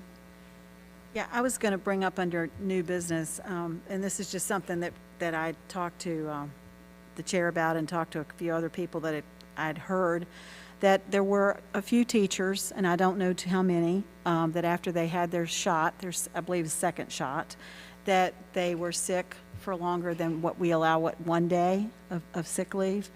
So I was just, and it is truly my belief that the people that went through this policy of having the shot and the second shot and going through all that are trying to be a part of a solution and trying to get our children back in school. So with that, I was going to ask that we could, for those that were sick up to 3 days, that we could reinstate their 2 days of sick leave, that they would have gotten that time. Dr. Gordon, just if you can help me with that. Yes, ma'am, that's something that we can definitely take a look at during the superintendent's cabinet. I think one of the things that's going to be a fine line for us is asking the question of when they actually got that second shot.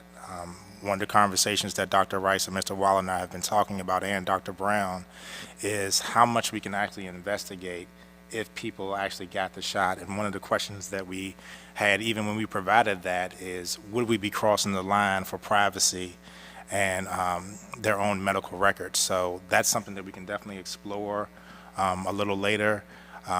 We're not really sure how many people this has had an effect on. I know that we did receive one email that went to the entire board that Dr. Brooks Buck and I spoke about.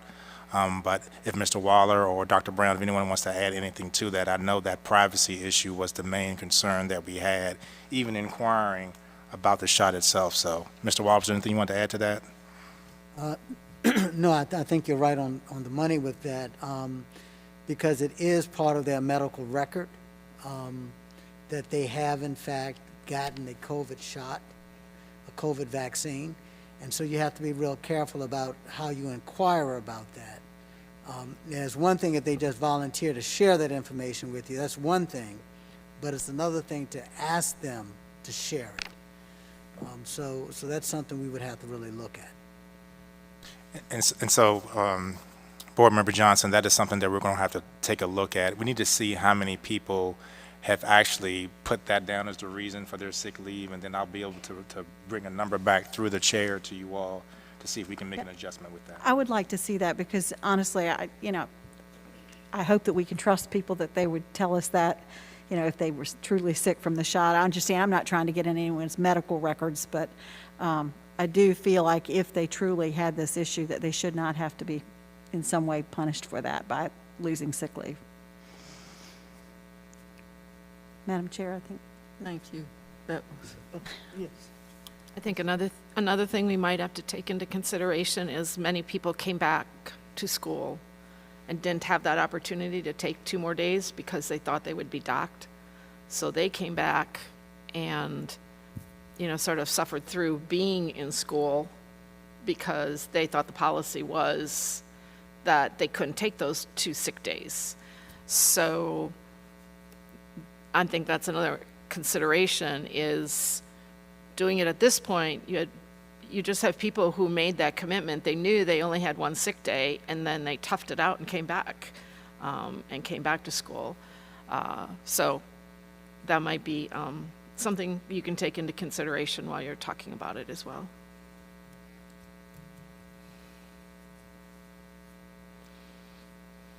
Yeah, like I said, I just like it looked at, because I truly believe that, I don't believe people are going to tell us that they were sick if they were truly not sick. And if they did tough it out, I'm not saying that they shouldn't have had that opportunity as well. Maybe we need to look at our sick leave policy. But, you know, again, I just truly believe that if you had, I had a reaction, I know what it was, and some people probably could not have worked. Others probably could. So that's just something I'd like to consider. I feel like these teachers are doing more and more and over and above, and we're asking them to do more and more, and I think we need to be considerate of that. I agree. And I think in terms of just as a comment, just as an aside, I think that the folks I guess I thought about were people who could not come to work. There were people who were very ill who could not come to work. I know that we had a board member who was very ill and who just had a really, really rough time, and I can't imagine trying to suffer through that with children, having to take care of them and trying to teach them at the same time that they were doing that, because some people had a very hard time. So anyway, it's something to consider, and you're going to look into it, so we'll go from there. Let's go on to the consent agenda. I thank you, Dr. Gordon, for your report, and I surely do thank you for the great job with the video. And we'll talk further about that. Let's go with the consent agenda. Board members, this is an action item. Do I have a motion? I move to approve the consent agenda. Second. I'd like to remove 2 items, please. Okay. I'd like to remove number 2 and payment of the bills? Right. Okay. And 1 item under number 3, the local plan and budget for career. I don't know. I'd like to remove that from the consent agenda. It's with number 3. It is number 3, I guess. You want to remove you want to put it Yeah, under, I want to talk to them separate. Unfinished business? Yes, please. Okay, under unfinished business. It would actually go under new business. Under new business, I'm sorry. You'd like to move 2 and 3 to new business? Yes, Okay. please. Okay, we can move them to new business. Thank you. Okay, so we will move items 2 and 3 to new business. And other than that, the consent agenda. Let's vote.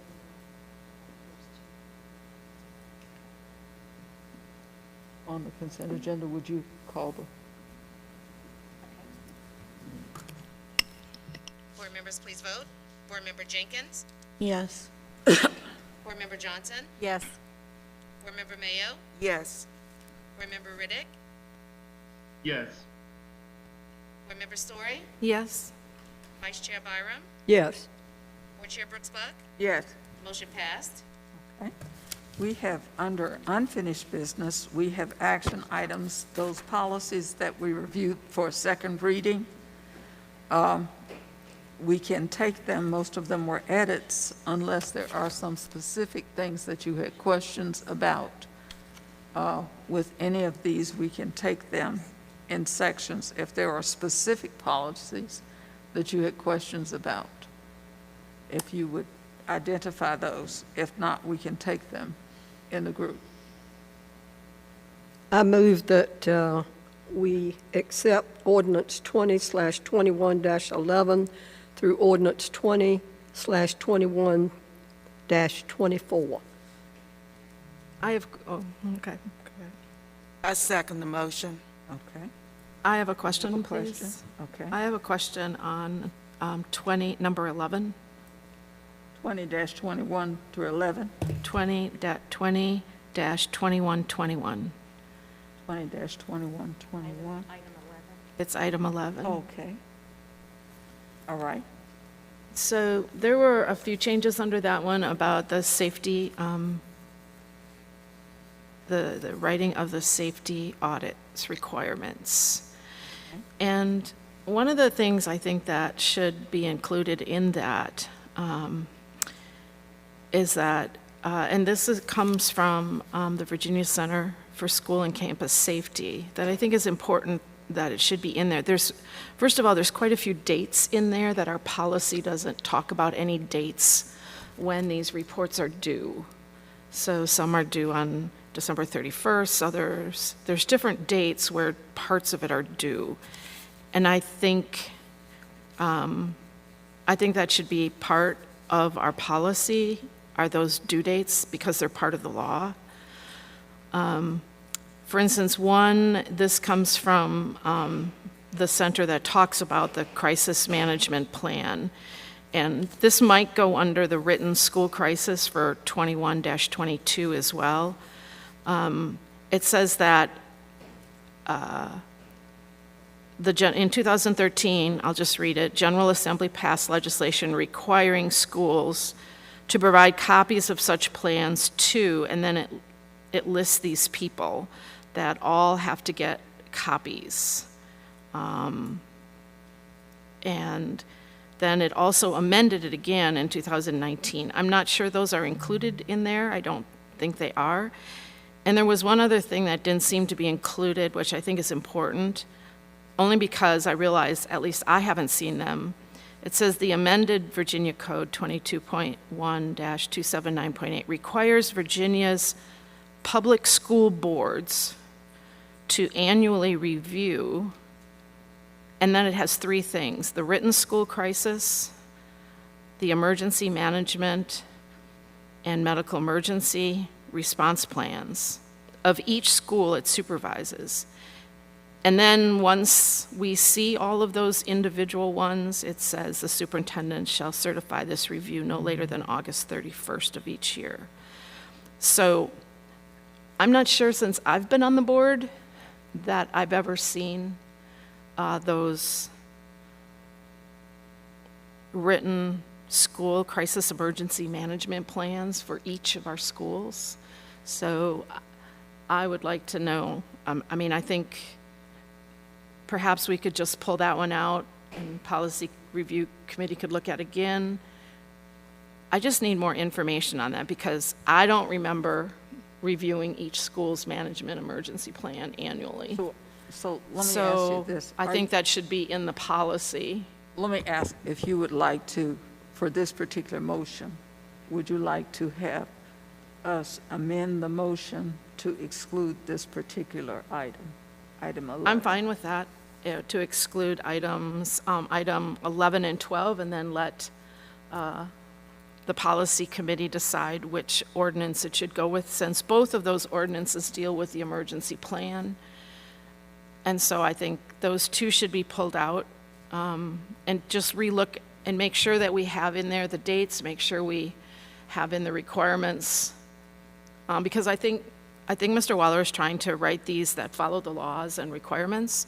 So I think that's a very important one, that it says it requires the public school boards to annually review each of the schools' written school emergency crisis plans.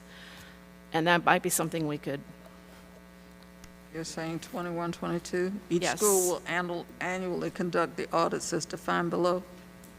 You're saying 21, 22?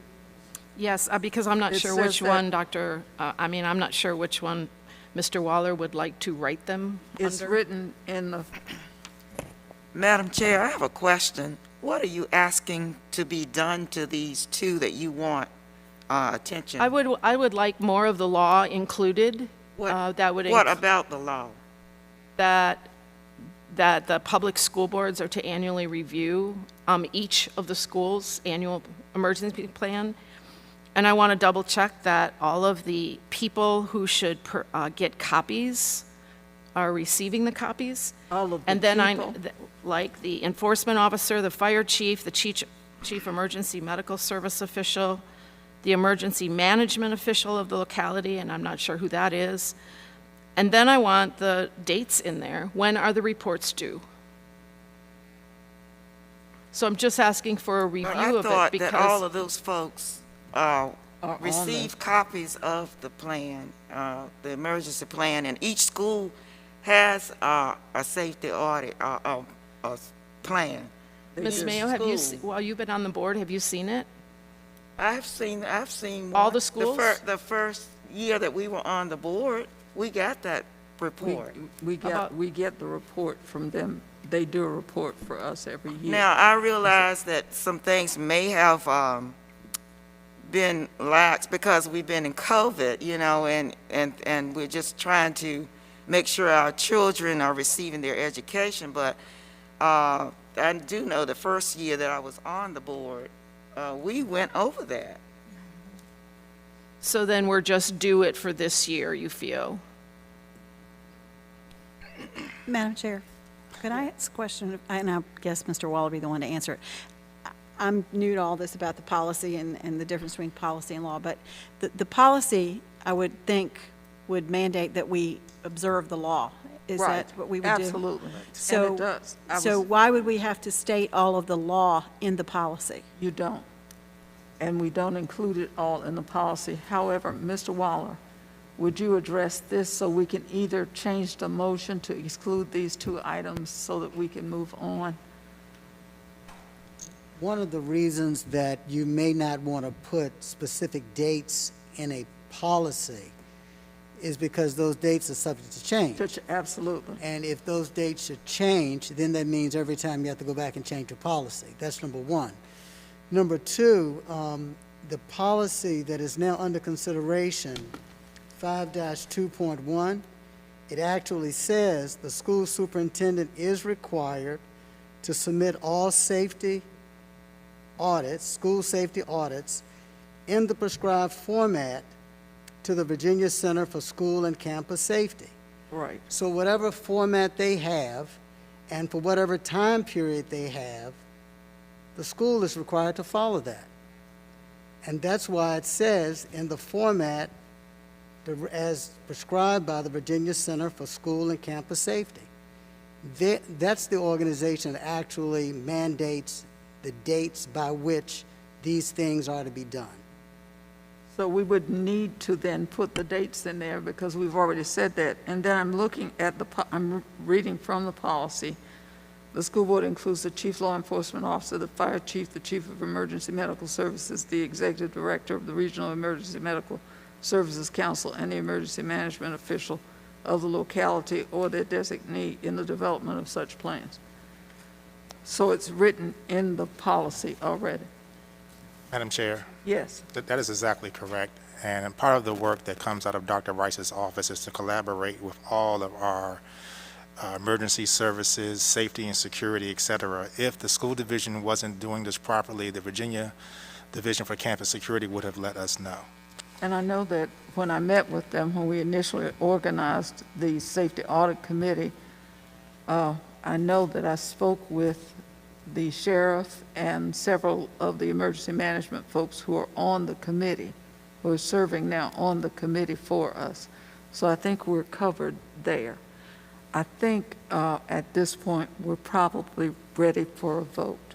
It's been moved and seconded. I get to speak a second time, I believe, to it. Mhm. Thank you. Of course. Mr. Go Waller, right. Mr. Waller, do we have in our policy that the public school board will annually review each school emergency crisis plan, management, medical emergency, so on, prior to the superintendent submitting that. Do we have that anywhere in the policy that our school board will annually review it? I can't say for sure that it's in the policy that way. However, Well, that's how it's in the law. However, It says each school board shall also conduct annual school safety audits as defined herein in section B. I'm reading it from the policy in here. It's in our book. It's Madam right Chair. here. I have a paper copy of it. Yes, I'm sorry, Mr. Riddick. Mr. Riddick? I just have a question. Has the motion been properly seconded? Yes. Yes, call I for the second question. the motion. And other things we can come back at a later date and iron out. The policy is written as it is. The question has been called. Madam Clerk, would you please call the roll? Board members, please vote. Wait, could we restate the motion, please? I need to know what I'm voting on. Oh, Vice Chair Brooks Byram moved to approve ordinance 20/21-11 through 20/21-24 as presented, and Board Member Mayo second. Thank you. Board Member Jenkins, Yes. Board Member Johnson, Yes. Board Member Mayo, Yes. Board Member Riddick, Yes. Board Member Story, No. Vice Chair Byram, yes. Board Chair Brooks Buck, Yes. motion passed. Now, we have the first item under new business, payment of bonuses for staff. I'm sorry, did we? It was adjusted due to adding the new items. Okay, so we want to do the special ed Special education. annual plan, okay? May we have your presentation, Mr. Superintendent? Yes, I'm going to have Ms. Whitley, our Director of Special Education, come to the podium to present the Special Education Annual Plan for 2021, 2022. This is the annual federal funding plan and the application. Ms. Whitley? Good evening, Madam Chair, Vice Chair, Dr. Gordon, and members of the board. Tonight I'm going to share the 2021-22 Special Education Annual Plan for the IDEA Part B grant funds. Each year, in order to support the provision of special education and related services for students with disabilities, the federal government provides funding through two types of IDEA Part B grants to states, and then funds are awarded through an application process to the localities. A formula that considers factors including historical funding, student population, and poverty level is used to determine the allocations. The award in this application is based on the actual amount that was received last year.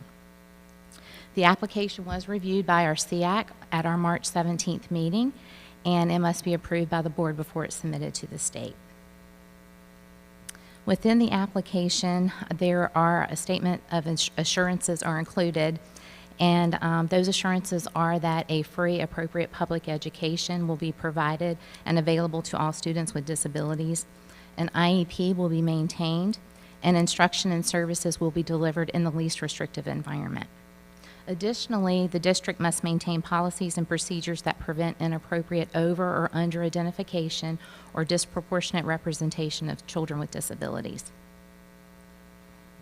Some additional components that are addressed in the application include the requirement for an interagency agreement with our regional jail that addresses the provision of special education services to incarcerated youth.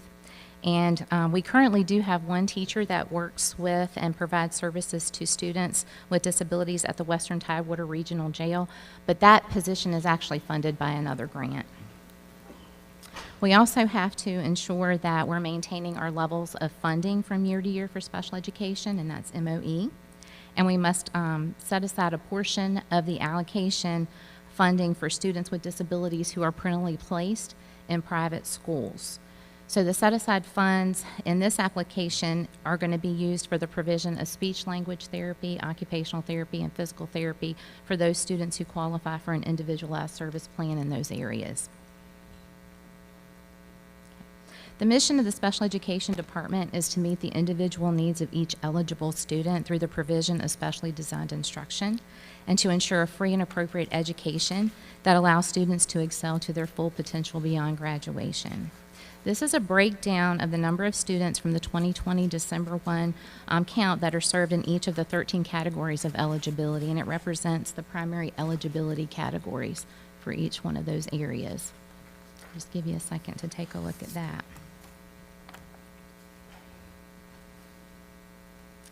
Okay.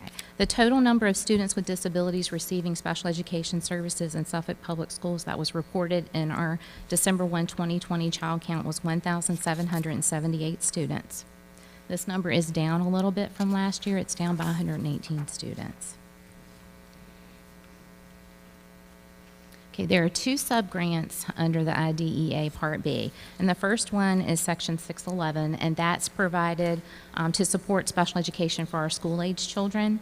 This year's allocation of $3,090,980 is going to be used to pay the salary and benefits for special ed teachers, teacher assistants, job coaches, and bus assistants. Last year's award was able to fund 27 special education teachers, 19 special education paraprofessionals, 3 job coaches, and 12 special education or special transportation bus assistants. The 619 portion of the grant is for our preschool age children with disabilities, and we use that to pay a portion of the salary for one of our early childhood special education teachers. This year's allocation is $61,461. And so the next step in the application process is to obtain approval from the board and have this submitted to the state by the due date of May 14th. Does anybody have any questions for me? Okay, thank you. Thank you. Okay. So now, action item. Board members. I move that, Madam Chair, I move that the special education annual plan for 2021-22 be approved. May I have a second? Second. It's been moved and seconded that we approve the presentation of the special education annual plan. Board members, please vote. Board Member Jenkins? Yes. Board Member Johnson? Board Member Mayo? Yes. Board Member Riddick? Yes. Board Member Story? Yes. Vice Chair Byram? Yes. Board Chair Brooks Buck? Yes. Motion passed. Now, I'm going to go down to item 2. I'm assuming it's the dashboard. Bonuses, okay. All right, okay. Now, you can tell I'm excited about that. Yes, thank you, Madam Chair. I'm going to call Ms. Forsman to the podium in case there's a question from board members. As you all remember, when we first had our December 2020 meeting, we gave a $500 bonus to our staff to basically reward them for their hard work and the additional hours that they were doing. At that time, we also basically dropped a hint letting us know, depending on the revenue feedback that we got from our locality and from the state, to determine if we would be able to provide a second bonus to our staff in the spring. After we got our revenue numbers from the state, after Ms. Forsman's team had an opportunity to review it, we've basically come up with a second bonus for full-time staff receiving $1,000, part-time staff $500, instructional algebra readiness tutors receiving $300 and so forth. And I know that Ms. Forsman has the complete breakdown, and I wanted to alert the board that if approved tonight, this would actually appear on their May 15th paycheck. Ms. Forsman, is there anything you want to add to that? Just that we neglected to put on there that the employee would have to have been employed as of February 1st. So someone who is hired this week would not be eligible for the bonus. Okay. Great. I think that's wonderful. I really do. Are there any questions, board members? Other than we think it's wonderful. It's all the state revenue. State revenue, they're holding us harmless, so it's wonderful that we're able to do it. That is wonderful. Okay.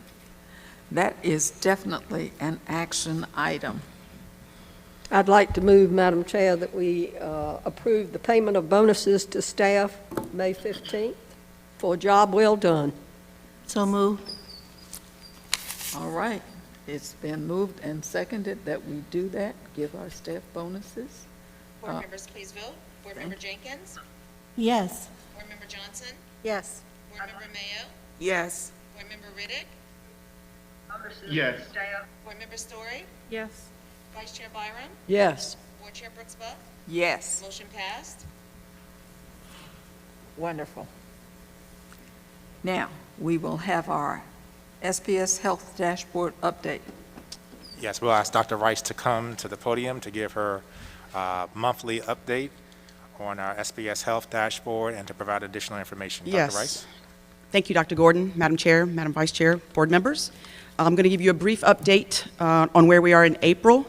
And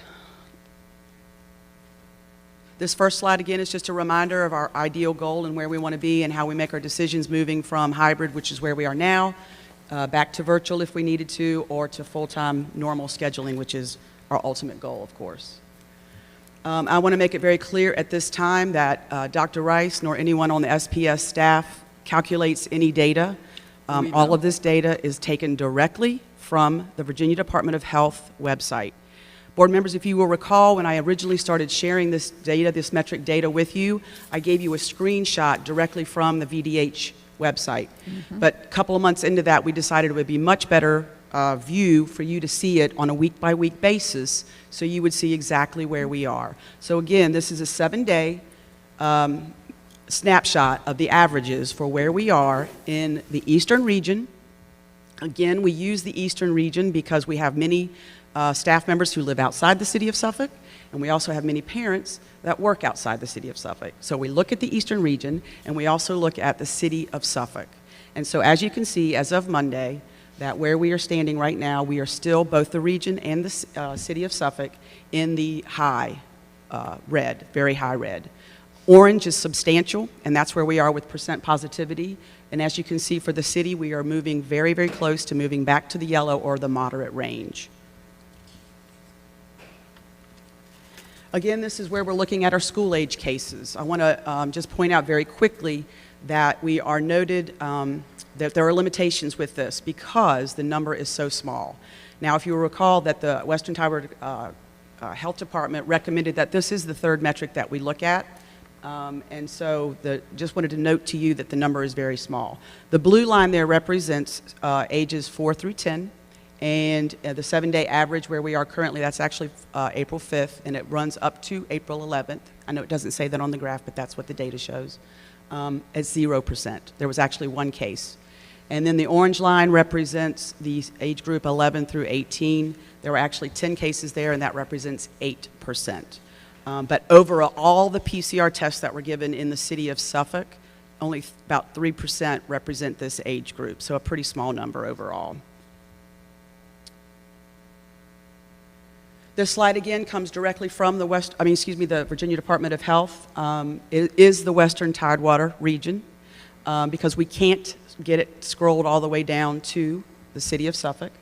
And what we're pointing out here is at the bottom, the bar graph that looks, the first two bars particularly that are looking at young children, 0 to 9, which would be birth to 9, and then the second group there, and I can't see that far away, so I don't know what it is, but up to 19.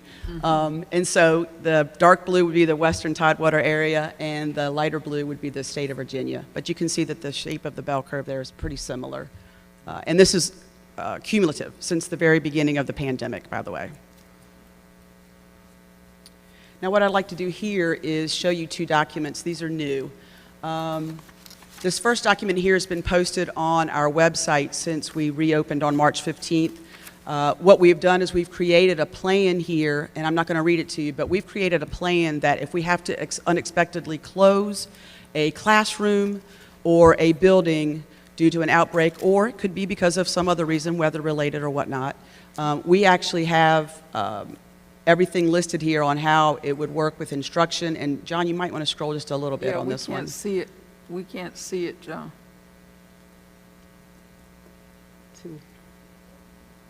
It talks about how we would run the instruction, and it's only one page. How elementary would run instruction, how secondary would run, what the child care would look like if it was housed in that particular building, and what would happen with our meal delivery. So this is posted for all the community to see on our website. But just wanted you to know that we do have a plan in place in case we have to do that. Thank you, John. Yep. So the second thing I wanted to share with you is we're going above and beyond what we are supposed to be doing here. We felt it was very important that we would make sure that our schools are following our mitigation strategies. And so we've created this checklist, and I've created some teams, and we are going out and visiting every single school once a week, and we are following everything that's on this checklist to make sure that these things are in place. We are sharing this with the building principal. What I'm doing every week is compiling this data so we have information that we can use to determine where we're doing things very well and maybe where we need to tweak some things or maybe offer some support or resources to schools.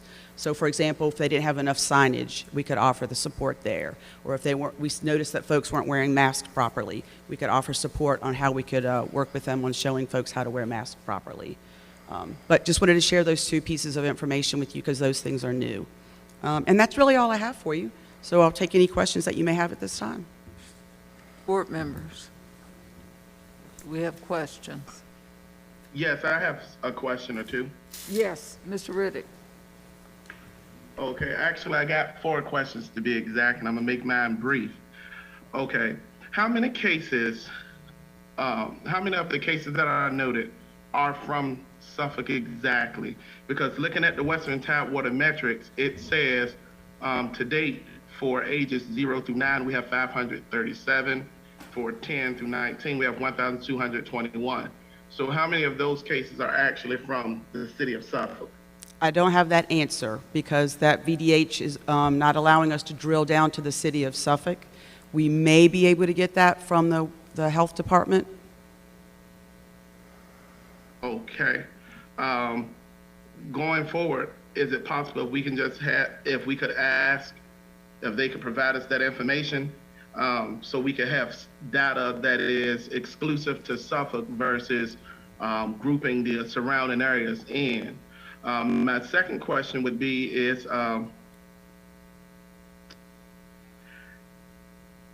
how many cases have we had in our school division per month? Because when I'm looking at the matrix from Western Tidewater, on February the 11th, it was reported that we had 395 cases ages 0 through 9, and on March 8th, it was 468. Now on April 15th, we have 537.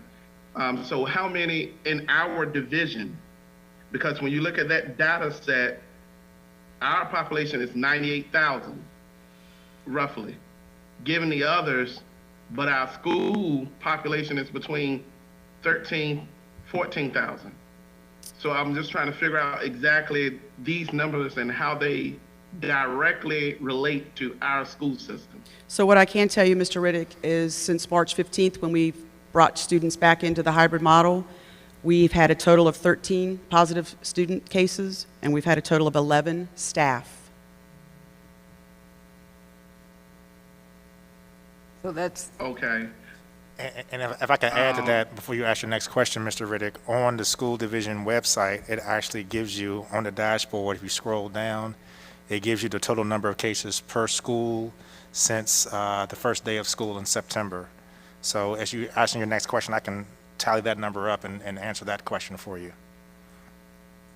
Okay, I'm glad you brought it up because that brings me to my third and fourth question here, is that every day I'm receiving emails that talks about non-exposure or possible exposure.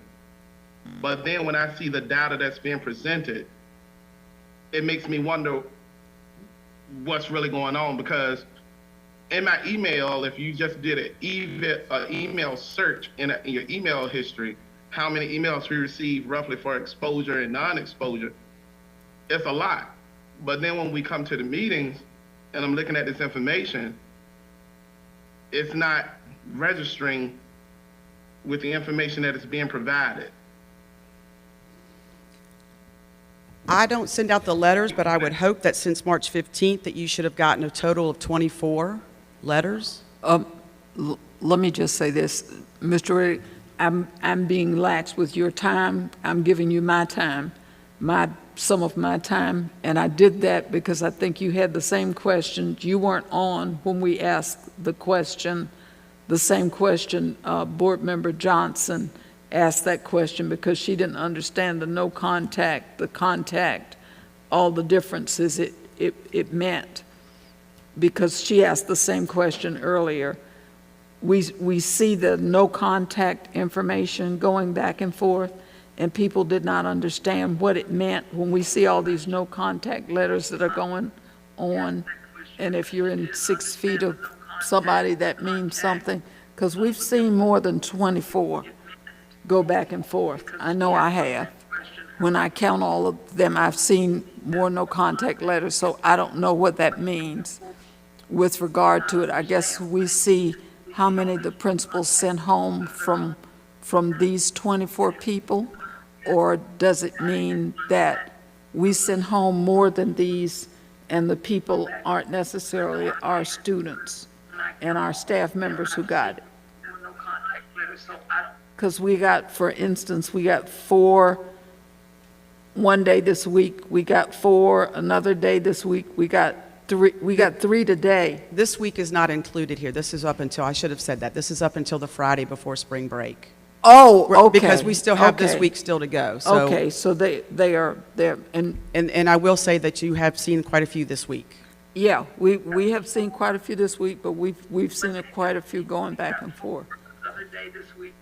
So, Madam Chair, to answer part of your question, and Mr. Riddick's, we've had a total of 195 for the entire school year.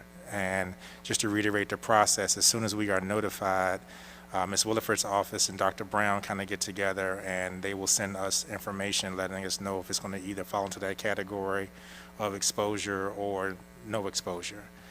I didn't send you all an email letting you all know the school and if it's a staff or a student member.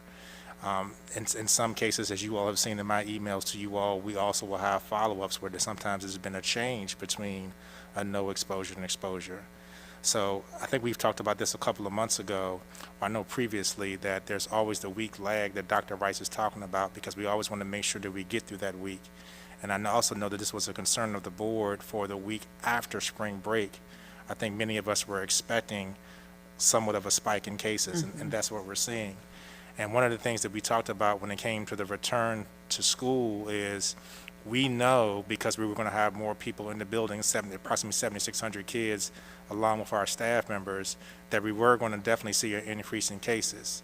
But we were praying, and based on our mitigation strategies, it was our goal to make sure that we were not going to have any outbreaks.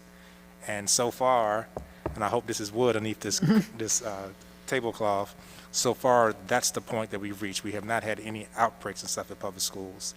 So we're always going to keep that tally. To answer Mr. Riddick's first question, it's always going to be on our SPS Health dashboard. Pam Workman works directly with Sarah Williford. We get the numbers, we tally it up. Once Dr. Rice gets the information from the Western Tidewater Health District and Virginia Department of Health, approximately at 10 o'clock a.m. every Monday, we update the dashboard with the new metrics as well as the totals from the prior week. Yes, sir. And if I could just point one thing out, Dr. Gordon, that on the dashboard, we can report one person as multiple cases, because if an individual travels to multiple schools, we have to count it for every single school. So one person can be counted as more than one case on the dashboard. What I just shared with you were actual cases, individuals. Which has happened a couple of times with transportation, as a good example. Okay. And that would also trigger letters to more schools? That's correct. Okay. Okay. Okay. All right.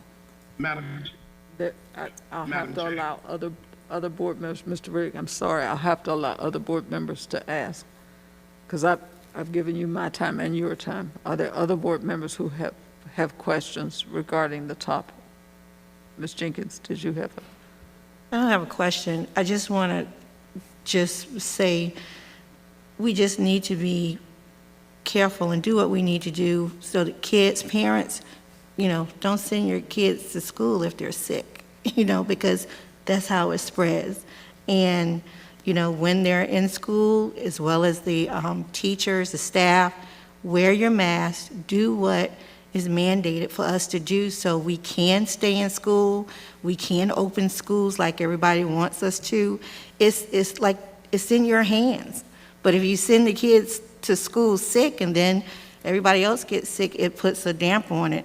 Wear your mask. That's such a simple thing to do, is to wear your mask, and the adults be the example, because you're not only doing it for yourself, you're doing it for other people. So if you want us to open schools, like everybody is saying, and get everybody back in school, let's do what we need to do so we can do that. It's not a game.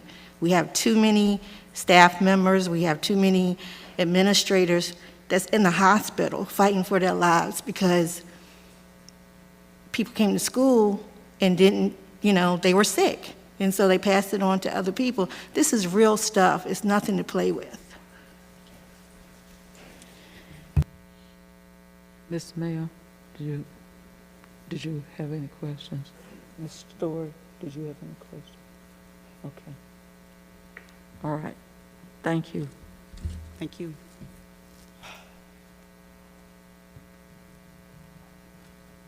Okay.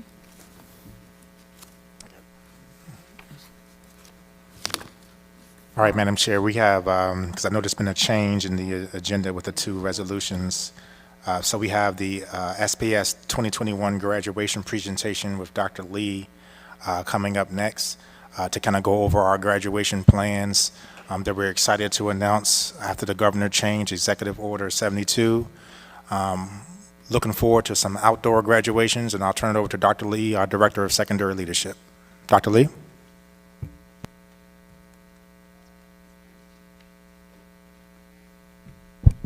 Good afternoon.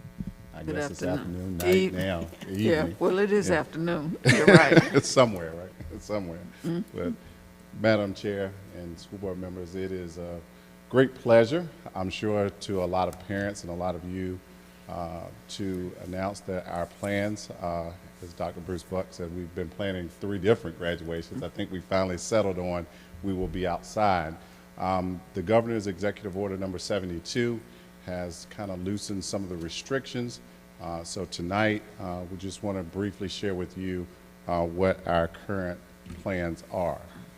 So if you look at the first slide, and this will be really important, these are the current numbers, and they will change slightly for the 2021 graduation classes for Kings Fork, Lakeland, and Nasman River. What I'm sure most parents want to know, when is it going to happen? So we would follow the current positions that we have for our high schools. We rotate who goes first, second, and third. So this year, Lakeland would be up, and it is June 9th at 9 o'clock, and all of the graduations will take place outside on the football fields. And I'll share a little bit more about that in a minute. Kings Fork will follow on June 10th at 9 a.m., and Nasman River on June 11th at 9. Summer school, we will have summer school graduation. That is usually significantly smaller. That will be at Kings Fork High School. Traditionally, that's wherever we have summer school, and that will be on August 5th at 6 o'clock p.m. inside in the auditorium. Again, the restrictions are a little different inside, and we are limited to 500. It would be significantly less than that, actually, at Kings Fork when we have summer school graduation. And I want to also direct your attention to the rain date on Saturday, June 12th at 9 o'clock. We are hoping that we will not get rained out. That's the hope. We're going to think positive. And so if we do have a rain date, for example, for 2 schools, one would be at 9 o'clock in the morning, and the second one would be on that same date at 7 o'clock p.m. Now, some important information. The governor, and I won't get into all the specifics, but we are restricted by numbers.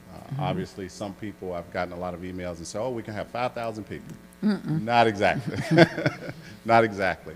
It's 5,000 or 30%, whichever smaller. Obviously, we won't have that many. But we will be able to accommodate 2 tickets per graduating senior. We still have to observe social distancing. They still have to wear masks. Even though it's probably going to be warm, we still have to wear a mask, and social distancing will be strictly enforced. So each senior will be allowed to have 2 family members socially distanced at the graduation. We will have bleachers marked where people will be allowed to sit. We will have separate entrances because one of the restrictions the governor stated was that we have to have a plan for exit and entrances. In other words, we have to stop bottlenecking. We cannot have parents congregating or students congregating because, again, we have to recognize that we have to observe the social distancing. If we cannot do that, then the governor's plan says we cannot have a graduation. So each student will receive 5 programs. Each graduating senior will receive a class t-shirt free of charge. Our graduating seniors will have already received their yard signs free of charge. And they've already, I believe, Kings Fork and Lakeland, no, it's Nasman and Kings Fork have already started taking senior pictures with cap and gowns, and those will be provided courtesy of the school board. So a couple of other things about our guests. Those who cannot attend, all is not lost. Dr. Gordon and John Littlefield and myself, we worked something out with NFHS Network, of course, you know, with sports. So we will use those same cameras, and it will be free of charge. Parents can set up a free account, or family members can set up a free account, and we will send those directions out, and they will be able to watch and hear the outdoor graduation ceremony. So there will be no charge for family members, and you can do that anywhere in the world. So that's a wonderful thing that we have, and I thank Mr. Littlefield for working closely with us in making that happen. Social distancing, again, will be strictly enforced. Masks are required for all visitors and participants at all times. Schools will, the interesting thing, parking would be typically an issue, but we will go virtual on the days that each school has their graduation to free up parking, and so that we won't have so many people on the campus. I have to give that shout out to Dr. Gordon. That was a great move. I think they did that where he came from. So we will also do that, but only for the schools who are having graduation ceremonies on that day. EMTs will be available during the graduation ceremony. We have talked with them. If they cannot be on the campus, they won't be more than 7 to 10 minutes away. So they will be available for those ceremonies. We will also provide water because we know it's going to be warm. And one of the provisions the governor has is that we must provide an air-conditioned place in case someone gets overheated. We will have that taken care of as well. We will have plenty of hand sanitizer and things of that nature. We might even throw in some masks just in case somebody forgets it. So we will have signs posted everywhere, and we will actually even color code the tickets so that visitors will know which entrance they have to come in and which parking lot they will be a part of, so that we won't have the bottlenecking and the congregation of people at the ceremony. No persons, again, will be allowed to congregate before, during, or after. I know everybody wants to take pictures. We're hoping that they can go home and take those pictures so that we can have a safe environment, as Ms. Jenkins was alluding to. And the Suffolk Police Department will direct the traffic entering and exiting the campus. We are in communication with the Suffolk Police Department at this time to set up dates to come up with our strategy for how that's going to look. I think it's going to be really important for us to have the Suffolk Police Department involved in that. And principals will be presenting their plans for each school to us on the 26th of this month. So we are really excited about the ability to be able to provide this for parents and students. I was really proud, obviously, today with the 113 honor graduates from Kings Fork, as I am of all of our students, and I think they really deserve this opportunity. I know I have a young man who I hope I will be able to attend his next year. He'll be a senior next year, so I understand how important it is as a parent to be able to do that. So this is our plan, and certainly at this time, if there are any questions, certainly I'm available to answer any questions that you may have. Board members, do you have any questions? Board members, do you have any questions? Thank you. Okay, thank you very much. We really appreciate this. Absolutely. I'm excited. Okay, the next thing on our agenda, can you tell us something about SOL testing? Plan for? Yes, ma'am. This has been the probably a hot topic item that all school divisions are dealing with. And I'm really proud of the work that the teaching and learning team has done. I'm going to call to the podium Dr. Akima Branch, our Chief Academic Officer, to provide some information to the board and to the school community on our spring SOL testing plan. Dr. Branch? Good evening, Madam Chair, Madam Vice Chair, school board members, and Dr. Gordon. Thank you for this opportunity to share information about our spring SOL planning. Tonight, I will review for you some data from 1998 and the last time we tested for SOLs in 2019 and do some comparisons there, as well as some predictions.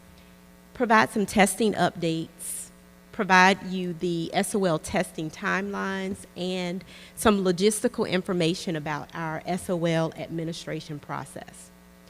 SOLs in Virginia were first implemented during the 1997-1998 school year.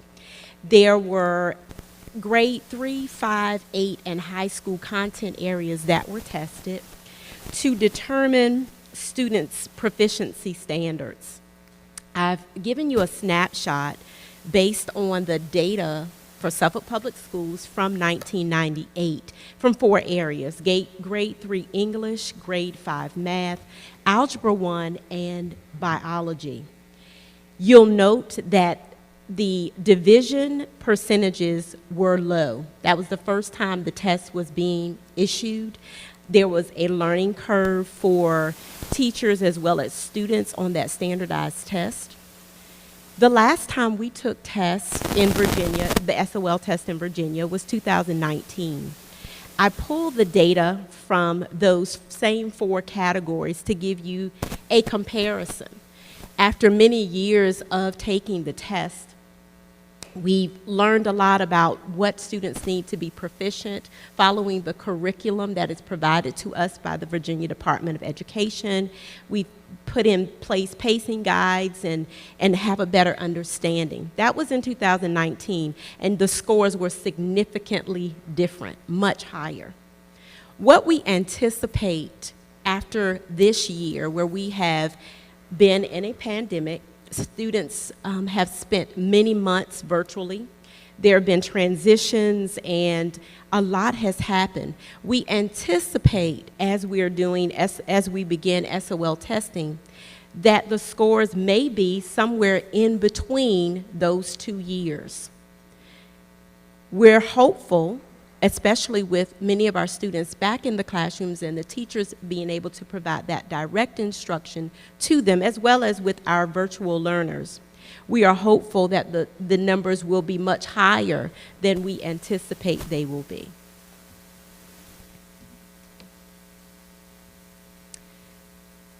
The Every Student Succeeds Act of 2015 requires schools to test 95% of their students in reading and mathematics. I have included for you, based on the testing we have done since January, just some data.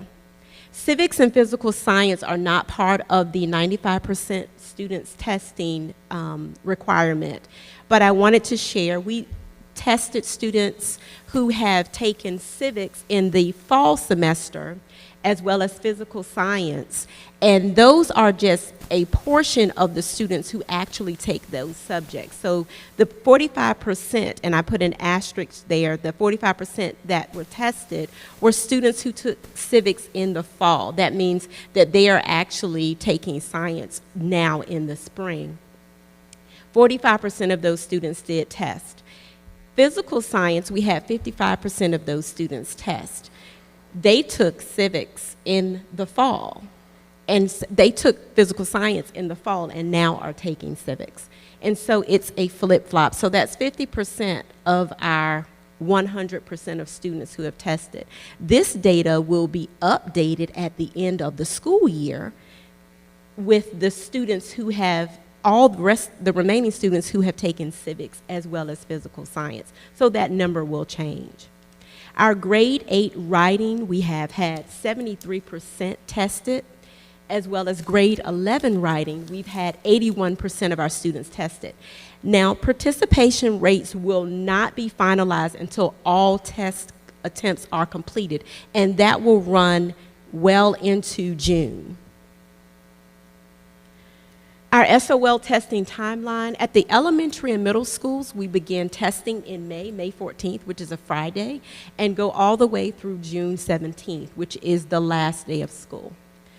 At the high school, we start SOL testing next week, April 20th, and run through June 11th. For advanced placement, there is a shorter window, and that is governed outside of us. Their testing window is May 3rd through the 14th.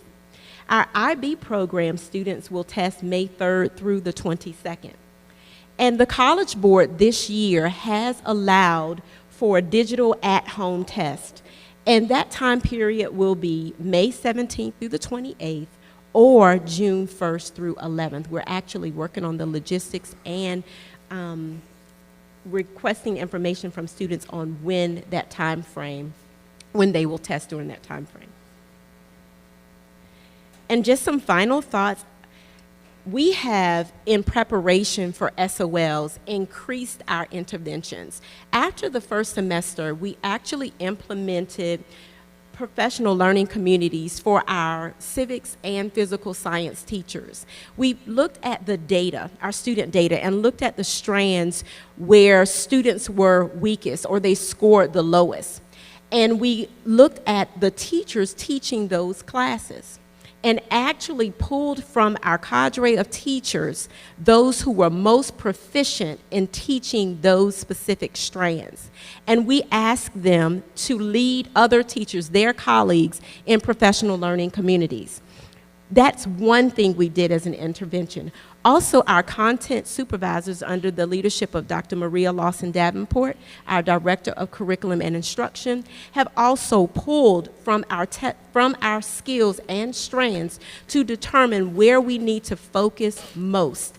Our teachers now have information and are continuing to receive information on how to better read their data, to focus on skills that are directly impacted in the classroom, and that we should see improvements for our students.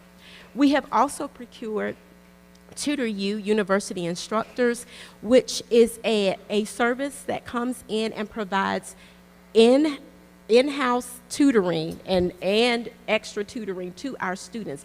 They are partnering with our teachers as an extension in 7 of our participating schools, serving as an additional support arm for them to provide tutoring and push-in services to our students. So while a teacher is teaching, and it may be a virtual student, that virtual student, along with some other virtual students and classmates, may be working with one of the TutorU tutors. 7 of our schools are participating in this. Some of them have push-in services. Some of our schools have after-school tutoring. And beginning this Saturday, TutorU will be providing drop-in services on Saturdays to give students additional tutoring support, as well as after-school hours at schools that only have push-in services. Students will be able to work with a tutor for additional support and services. Those 7 schools, as listed, are Booker T. Washington, Elephants Fork, Mac Ben Jr., John F. Kennedy, Kings Fork Middle School, Kings Fork High School, and Lakeland High School. Total, that's 1,310 students who are participating in the TutorU program. Right now, currently, we are working on logistics planning, and there should be an update to you from Dr. Gordon regarding our testing dates and what at each level when they start and the content areas that will be tested on each day. We are looking to minimize instructional loss on every day so that teachers have more time with the students. The students are not taken out of class as often and as much for testing. So we're looking at alternating how we do SOL testing and how that's being executed. And lastly, once all the SOL testing has been done, there will be reporting, and that information will be used to help us best plan and look at our proficiency needs in the upcoming year. Are there any questions? Any questions, board members? No. Thank you. Thank you. Okay. Next item on the agenda. That's all. Is that correct? So we're going back to the payment of bills and payroll. Board Member Story, I think you had our two resolutions. I'm very sorry. We need to have the two resolutions read at this time.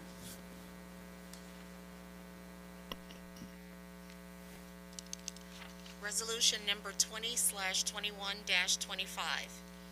A resolution of the school board for the city of Suffolk, Virginia, honoring the National Counseling Group and requesting that it be named to the 2021 Virginia School Boards Association Business Honor Roll. Whereas public schools and local businesses are an integral part of this community, and whereas many local businesses play a crucial role in supporting our schools, and whereas economic health of our community, state, and nation depends on a strong public school system, and whereas collaboration between local public schools and local businesses strengthens schools and the business community alike by providing a well-trained and highly educated workforce. And whereas an excellent public school system is vital to the quality of life in this community and fundamental to preserving the strong democratic society now and in the future. Therefore, be it resolved that the school board for the city of Suffolk, Virginia hereby honors the National Counseling Group and requests that it be named to the 2021 Virginia School Boards Association Business Honor Roll, showing appreciation for the company's ongoing support of this community's public schools. Your work has aided this community in focusing on the goal of providing the best public schools we can for every child who attends them. Okay, this is an action item. I move that we accept resolution number 20/21-25. Is there a second? I second the motion. Board members. I'm sorry. Go ahead. Board members, please vote. Board Member Jenkins? Yes. Board Member Johnson? Yes. Board Member Mayo? Yes. Board Member Riddick? Yes. Board Member Story? Yes. Vice Chair Byram? Yes. Board Chair Brooks Buck? Yes. Motion passed. Would you read the next resolution? Resolution 20/21-26. A resolution of the school board for the city of Suffolk, Virginia, honoring Atco Hauling Company and requesting that it be named to the 2021 Virginia School Boards Association Business Honor Roll. Whereas public schools and local businesses are an integral part of this community, and whereas many local businesses play a crucial role in supporting our schools, and whereas economic health of our community, state, and nation depends on a strong public school system, and whereas collaboration between local public schools and local businesses strengthens schools and the business community alike by providing a well-trained and highly educated workforce, and whereas an excellent public school system is vital to the quality of life in this community and fundamental to preserving a strong democratic society now and in the future.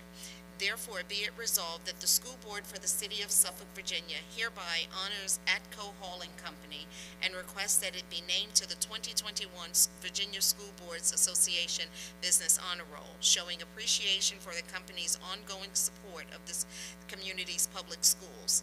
Your work has aided this community in focusing focusing on the goal of providing the best public schools we can for every child who attends them. This is an action item, board members. I move to approve Resolution 20/21-26. Second. It's been moved and seconded. Madam Clerk. Board members, please vote. Board Member Jenkins? Yes. Board Member Johnson? Yes. Board Member Mayo? Yes. Board Member Riddick? Yes. Board Member Story? Yes. Vice Chair Byram? Yes. Board Chair Brooks Buck? Yes. Motion passed. Thank you.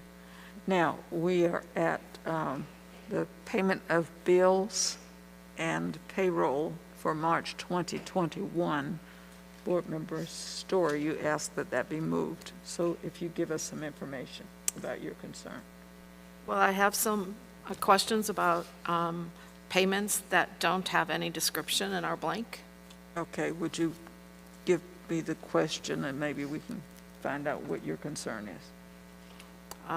There was a payment made March 12th to school specialty. It has a number of 00119360. It was for $15,000, $872.25, and it has no description what that was for. Madam Chair, I have Ms. Forsman here as we can provide further information on that. If you wouldn't mind, I'll turn this over to Ms. Forsman. Sure. Ms. Forsman, what do we purchase from school specialty? From school specialty, this particular payment was for science tables for middle and high schools. This Okay. report has been the subject of much discussion in my office in the last 2 weeks. Basically, what we have discovered is that the system is pulling this first and second line of the purchase order from the field that we're pulling this report from, and oftentimes it's blank on the second line when we're splitting purchases between middle and high or elementary, middle, and high. So we've worked with our vendor, and I'm happy to report that as of this afternoon, we have figured out a different field that we'll be using, and we'll be working with my staff to standardize the descriptions that will be placed in that field so that it'll make more sense and we won't have this kind of thing in the future. So it's science tables? It is science Basically. tables, yes, Thank ma'am, you. for this particular one. So now we know what we purchased. So is there another question? Yes. 3 below that, it says Poly Studio conference device. It's a $300,000 item. I don't understand that from the description. Okay, it is called a Poly Studio conference device. Mr. Littlefield could give you a much better explanation than I, but basically it's a camera that has a wide angle. And I'll chime in right there. The camera right beside you, Ms. Story, is one of those devices that we're actually using for Mr. Riddick. And it is $300,000 because we placed them in hundreds of classrooms throughout the school division. If you remember, when we had to transition from our virtual to our hybrid models, one of the things we talked about was making sure that teachers would be able to teach virtually and our face-to-face students at the same time. This device right here is the secret weapon that allows us to do that. And they're not cheap. They're not cheap, which is the reason why you see that $300,000 total there. And if there's any other technological addition, Mr. Littlefield, you'd like to add to that, but this is one of the best devices that we have definitely purchased in the school division. But if we, How many does it represent? 400. Okay, so it looked like it was one item because it said device. So it's 400 so of it them. should have an S on the end. Is that what you're saying? Well, yeah. If Okay. it was a very expensive one device. Another device or something that looks to be one of something on March 12th, it's under grants. A Chromebook for almost $26,000. Actually, that's a group of Chromebooks that were purchased as a group. I didn't write the number of Chromebooks that were in that particular order. John, 25,000, is that 200? Well, how many is that?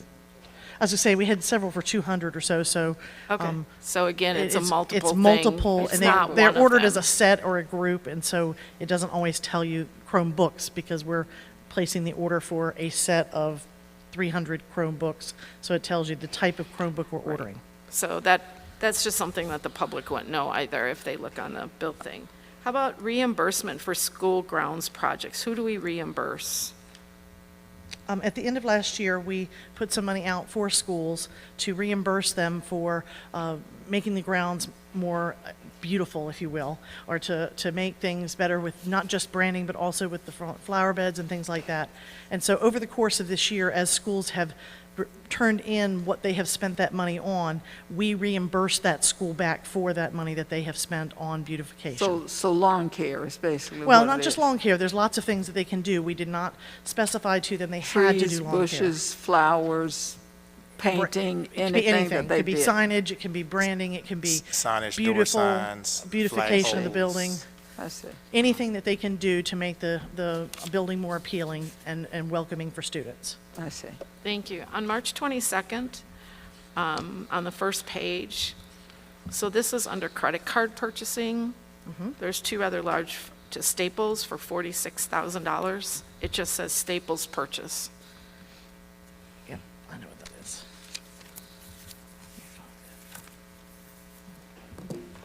It's on the first page. Is that I the think. headsets? Hold on, I'm trying to get to it. It's on page 5, actually. Well, there's a lot of. Yeah, it's further down in. Those are the electrostatic sprayers that we purchased. There were 75 of those that we purchased, and you can see that it's the 3 different ones. We had a credit for some, for part of the charge because they overcharged us, and we found that as the charge went through and called them, so they gave us a credit. But we purchased those. They're the handheld electrostatic sprayers. They're using them on the buses. They're using them in labs, computer labs, science labs, to clean the equipment or to use the electrostatic spray to clean and disinfect for between students. On March 26th, there's a blank. It's a story. What? I'm going to give you one more question because your time is running out.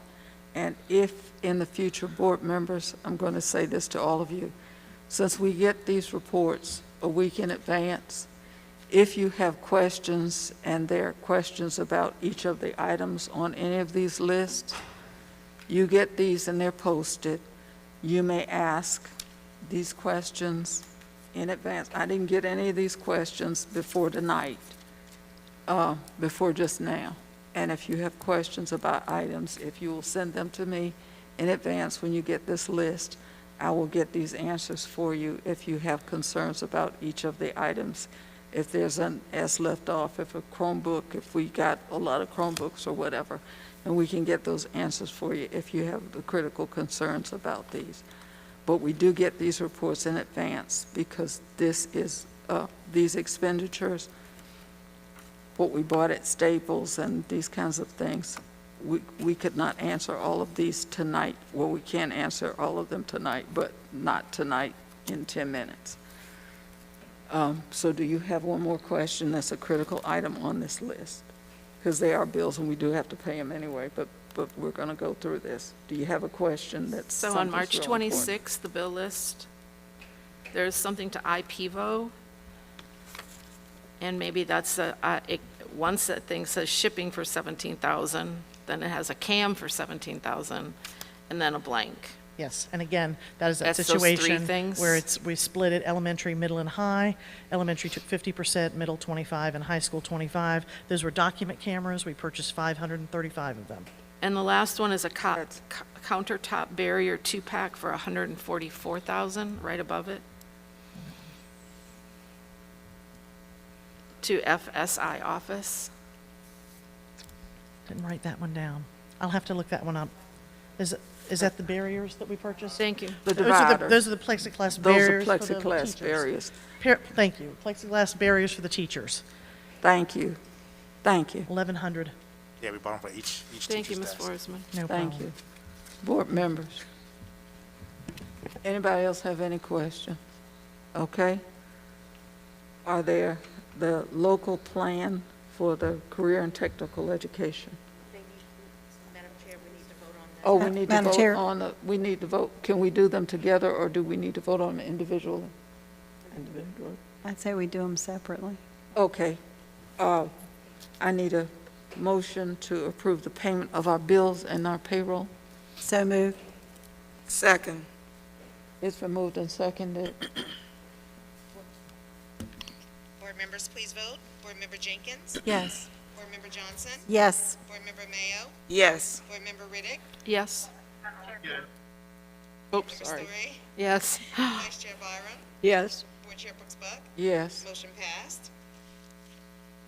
The next item, local plan and budget for career and technical education.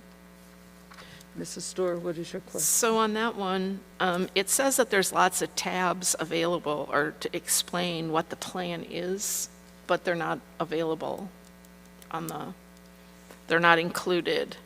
So we really don't know what the plan is. It's just a couple pages, but it talks about a description and the various tabs where this plan can be found, but there's nothing attached. Madam Chair, Yes. I have Mr. Skinner here who can provide some further description, but as he's coming to the podium, on page 2, the tabs that Ms. Story is referring to, that is the breakdown that Mr. Skinner has actually included for professional development, student career leadership activities, et cetera. So he's basically provided an executive summary. The tabs themselves specifically will show the itemized list of what each item under those major categories would cover. But Mr. Skinner, I'll turn it over to you if you want to provide some further insight. Good afternoon. Good afternoon, Good Mr. evening. Skinner. I should Good have- evening. Good evening, Madam Chair, Madam Vice Chair, and also school board members. Yes, so what I attempted to do, because it's a Excel sheet, was to kind of put it in a Microsoft sheet and kind of break down every line item as it goes to like your 1,000, 2,000, 3,000 when it comes out for reimbursement. So what you have there is kind of like a summary of where the money is located, the percentages of the money that gives the tentative total that we would be looking for that comes from that Perkins plan. And each section is kind of amended as we go through, but the percentage kind of totals at 100%, which I think gives us at about $280,609.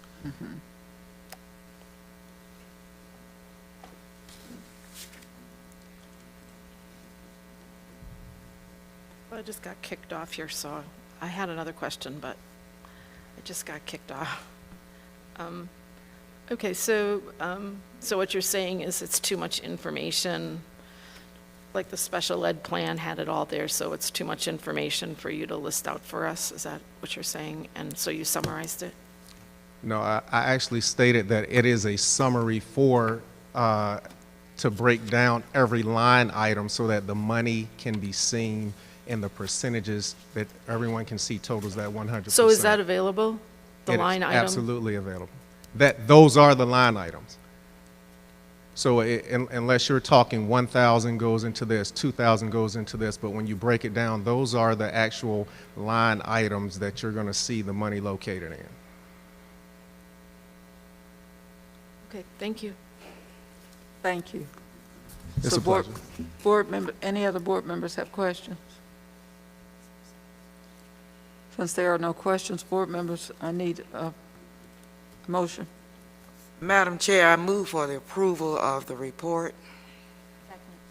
It's been moved and seconded that we approve the report of the career and technical education, the plan for the plan for career and technical education.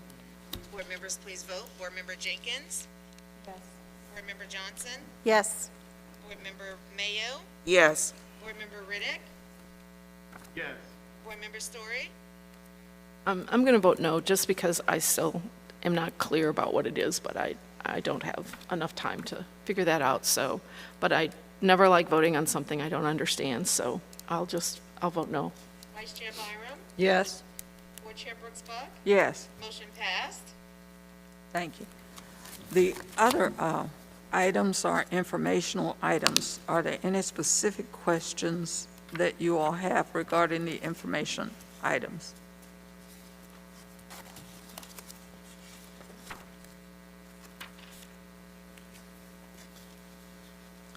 The ordinance is, there are information here for first reading, policies for first reading.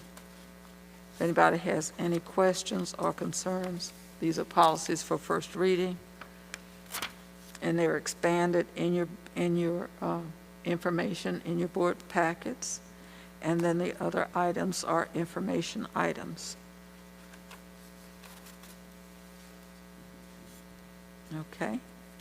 There are no specific questions. We can go on to board comments. Business by board members, comments and reports. Board Member Story.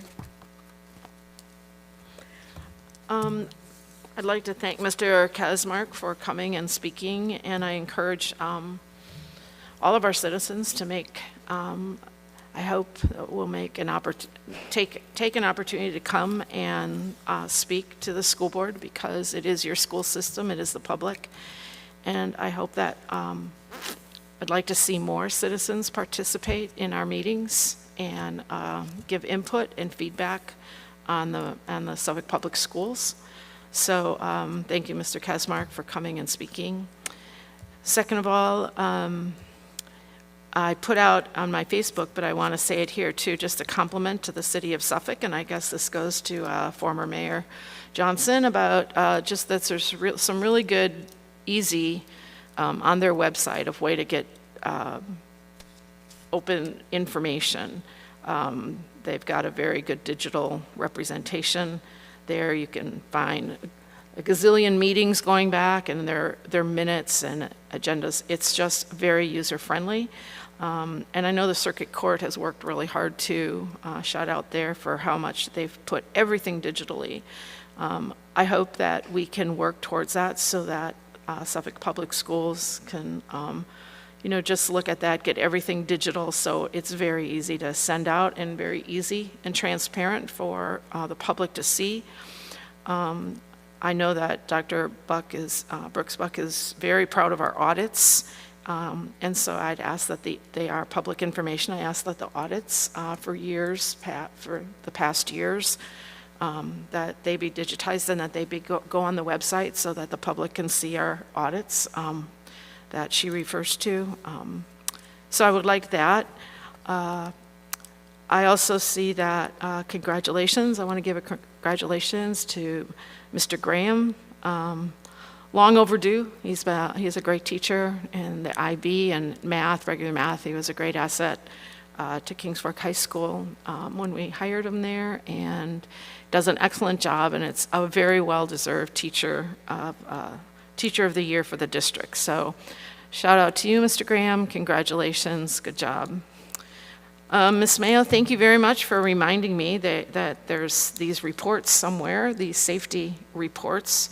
I hope in a spirit of congeniality you will help me and collegiality and help me find those reports that were from 2019 that satisfy that safety requirement.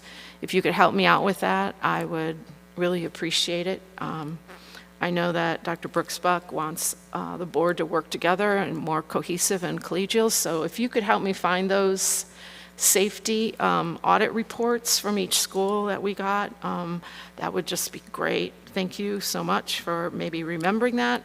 I've taken a quick look. Can't seem to quite find them, but you remember them, and so perhaps you could help me find them. I really say again, congratulations to the graduates from Kings Fork High School.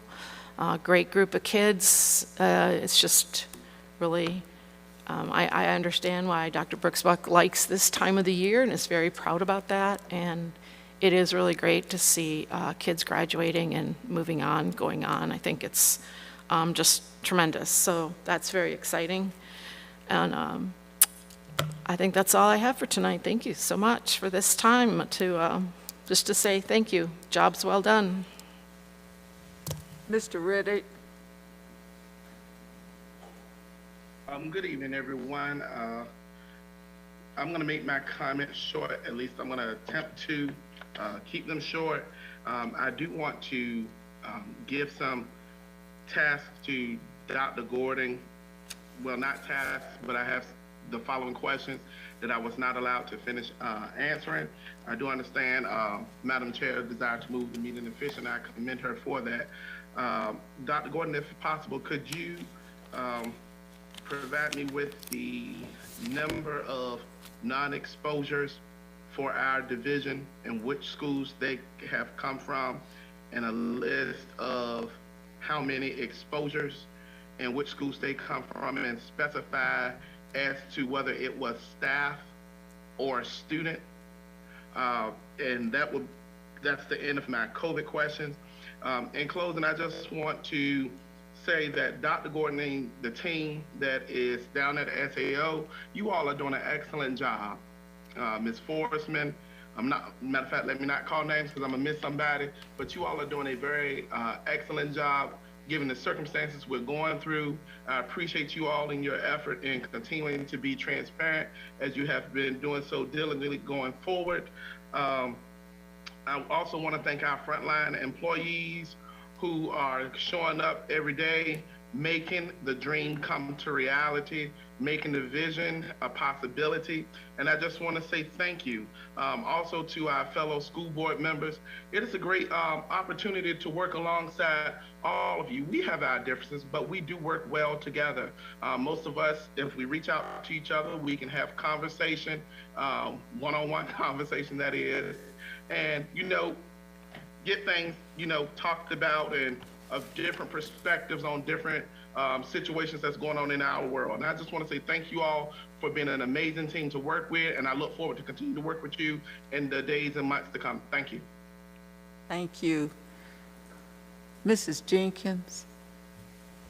Thank you, Madam Chair. Everything that's been said thus far, I totally agree. I want to thank Dr. Gordon and his team, the staff, employees, anyone that has anything to do with making Suffolk Public School as great as it is. Thank you. Congratulations. You've done a wonderful job. With the pandemic and everything that's going on, it's been rough, it's been tough, but you all have stood the test of time, and you're still smiling, whether you want to smile or not. You're doing it, and you're doing it, and you're doing it well.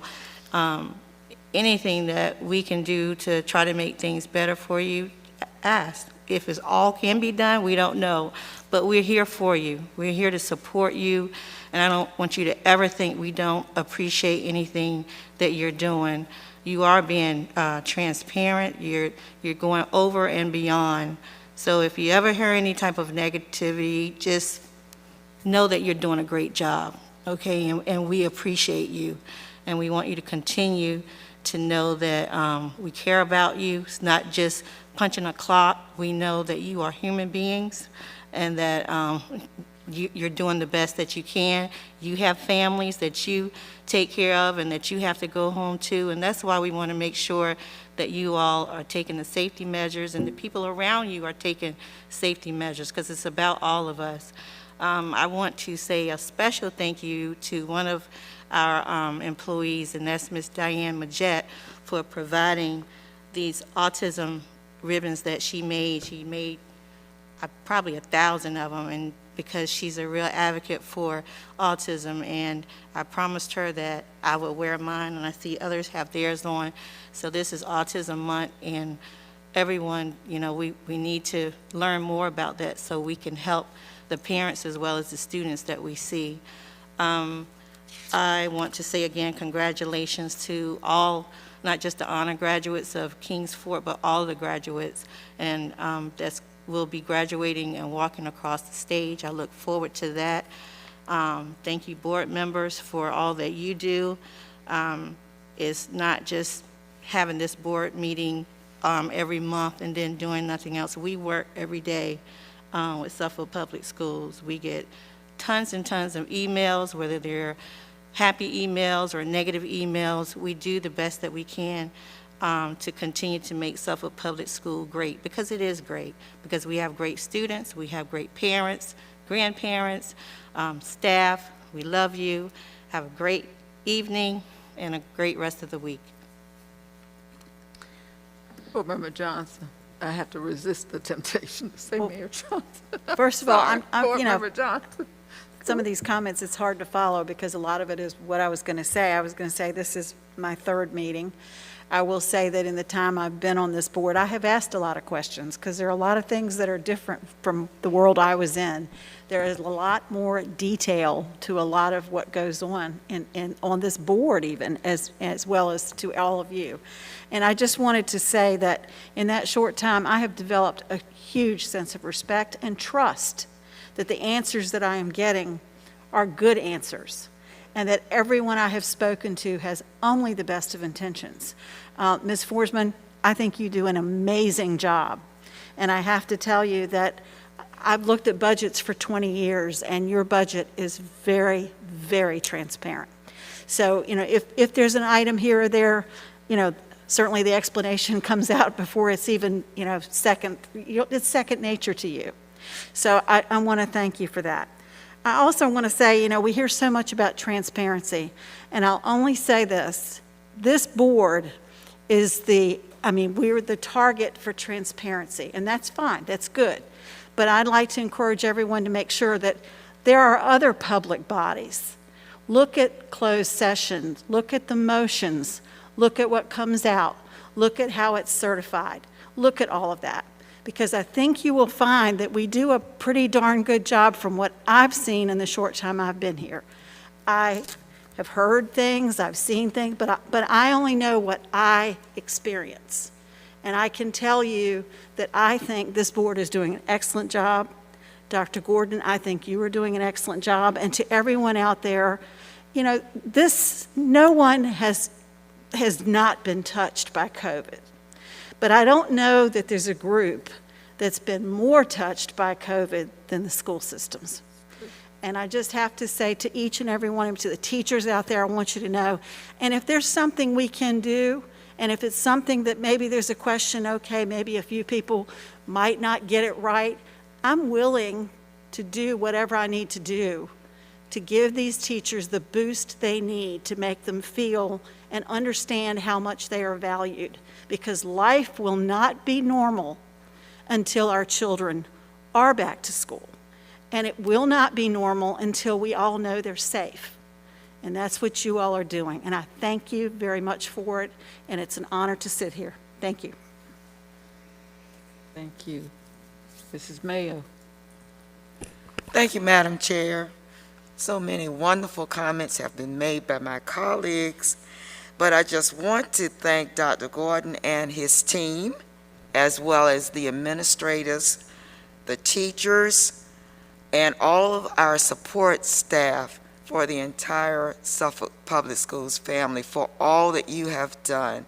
Yes, this has been a time of challenge with the pandemic and all of the things, but we are Suffolk Public Schools strong, and we are rising to the challenge, and I'm very pleased and proud about that. So thank you to those hardworking teachers and to all of you who have sacrificed much, and to our students. And now that we're back in school for some in-person learning, this is going extremely well. And from the visit that I had at Pioneer when we were over there when First Lady Northam came for a visit, our schools are doing well, and we're following and doing what we can to ensure that our students are safe. And I thank all of you for ensuring that this is happening. It's wonderful that we're going to have a graduation. I'm very excited. Board Member Jenkins alluded to that. I'm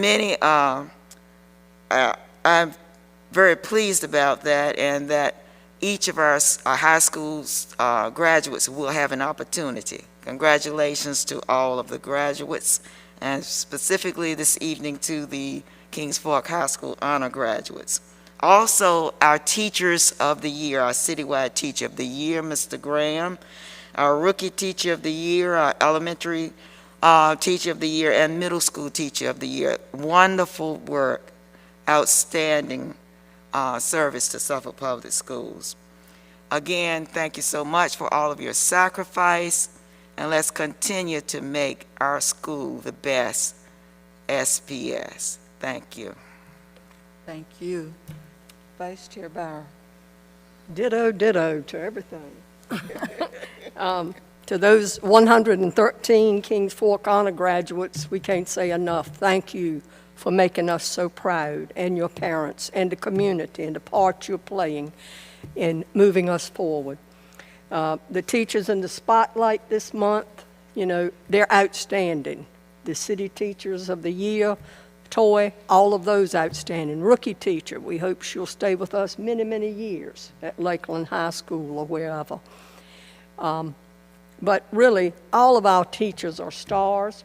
All of our employees are stars. We have the best staff throughout the Hampton Roads area. I am assured of that. Ms. Whitley, I thank you for the report on special education and all you have done with your staff. It's been a very stressful time, to say the least, especially for your teachers and those in the trenches, and I know for you. But I thank you and commend you for all you're doing for Suffolk Public Schools. You're a great special education advisor. Ms. Forsman, you know I have always said you were the best of the best.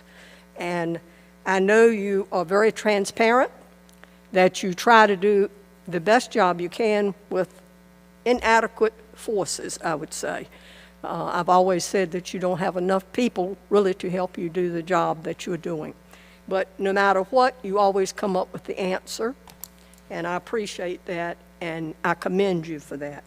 Mr. Skinner, you always have a special place in my heart, and I know you do an outstanding job in Korean Technical. You've been with us a long time. I've followed you when you were at CCAP, and now, of course, in the position that you're in. And I commend you for all you're doing for Suffolk Public Schools. I just want to share one little thing. Yesterday, I was in Aldi's shopping, and I shared this with Dr. Buck. And I was, because I am a short person, I can't reach the top shelf. And so I was reaching for some lactose-free milk, and a kind lady said, "Could I help you?" And so she reached for the milk for me. And she looked at me and she said, "Don't I know you?" And I said, "I don't know," with my mask on. And she said, "Aren't you Ms. Byram on the school board?" I said, "Yes," hesitantly. And she said, "Well, I just want to commend you, and I want to commend your fellow board members for the outstanding job they have done for Suffolk Public Schools." She said, "I have 2 children in Suffolk Public Schools, one at Lakeland and one at Hill Point. I have never had any problems during this time that were not addressed very quickly and resolved. They have helped my children immensely." In the conversation, she went on to tell me that she was an educator herself, that she teaches in Chesapeake City Schools at an elementary school, and the dilemmas that she had encountered, and I won't go into those. But I just want to share with you, there are people out there that are singing our praises silently sometime, but they know what we're doing. She also commended our great superintendent, Dr. Gordon, and said, "How did y'all snare him?" Exact words. And she said, "Who do I see to get apply?" I said, "Call Dr. Brown immediately." And I did tell her that, Dr. Brown, so you'll be hearing from her, I think. She would love to join our team. So there are people that are seeing the place that we are currently and where we are moving with the help of Dr. Gordon. But I just like to share personal things, and that was my visit to Aldi's yesterday. I came out, I was so inspired. I sat in my vehicle, and of course my husband was there with me, and I shared it with him. Then last night I was talking to my good friend, Dr. Buck, and I shared it with her. I was so happy that that is the feeling that people have. I know some of them don't come and tell us this, and we get other types of emails and telephone calls, but they're the things that are really important. That's what keeps me coming to these board meetings. This is what keeps us as a board working together. Mm-hmm. And we will continue. Thank you, and I'll stop. Listen, thank you. Well, listen, this is, as I've said before, this is my favorite time of the year. I love this time of the year. Graduation, this is celebration time for the most part. Ms. Connor, are you out there? Tell you something. I need to see you. Okay? No? Okay. We need to talk. I want to say congratulations. For those of you who know me, you know special ed is where I am, and you know CCAP. I am very proud of you, and I want to emphasize this working together thing that you all have going on. Congratulations on your grant that you got. I'm excited about it. We start out small, but we can move with that, and I'm encouraged anytime I see that working together, and I wanted to say something about that. Congratulations to all of the teachers that were recognized this month as well. Parents, don't forget these report cards.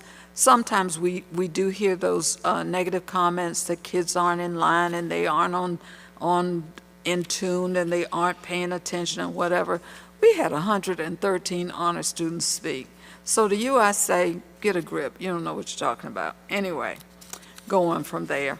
Congratulations to all my wonderful students and wonderful parents who paid attention to your children. Your children were focused.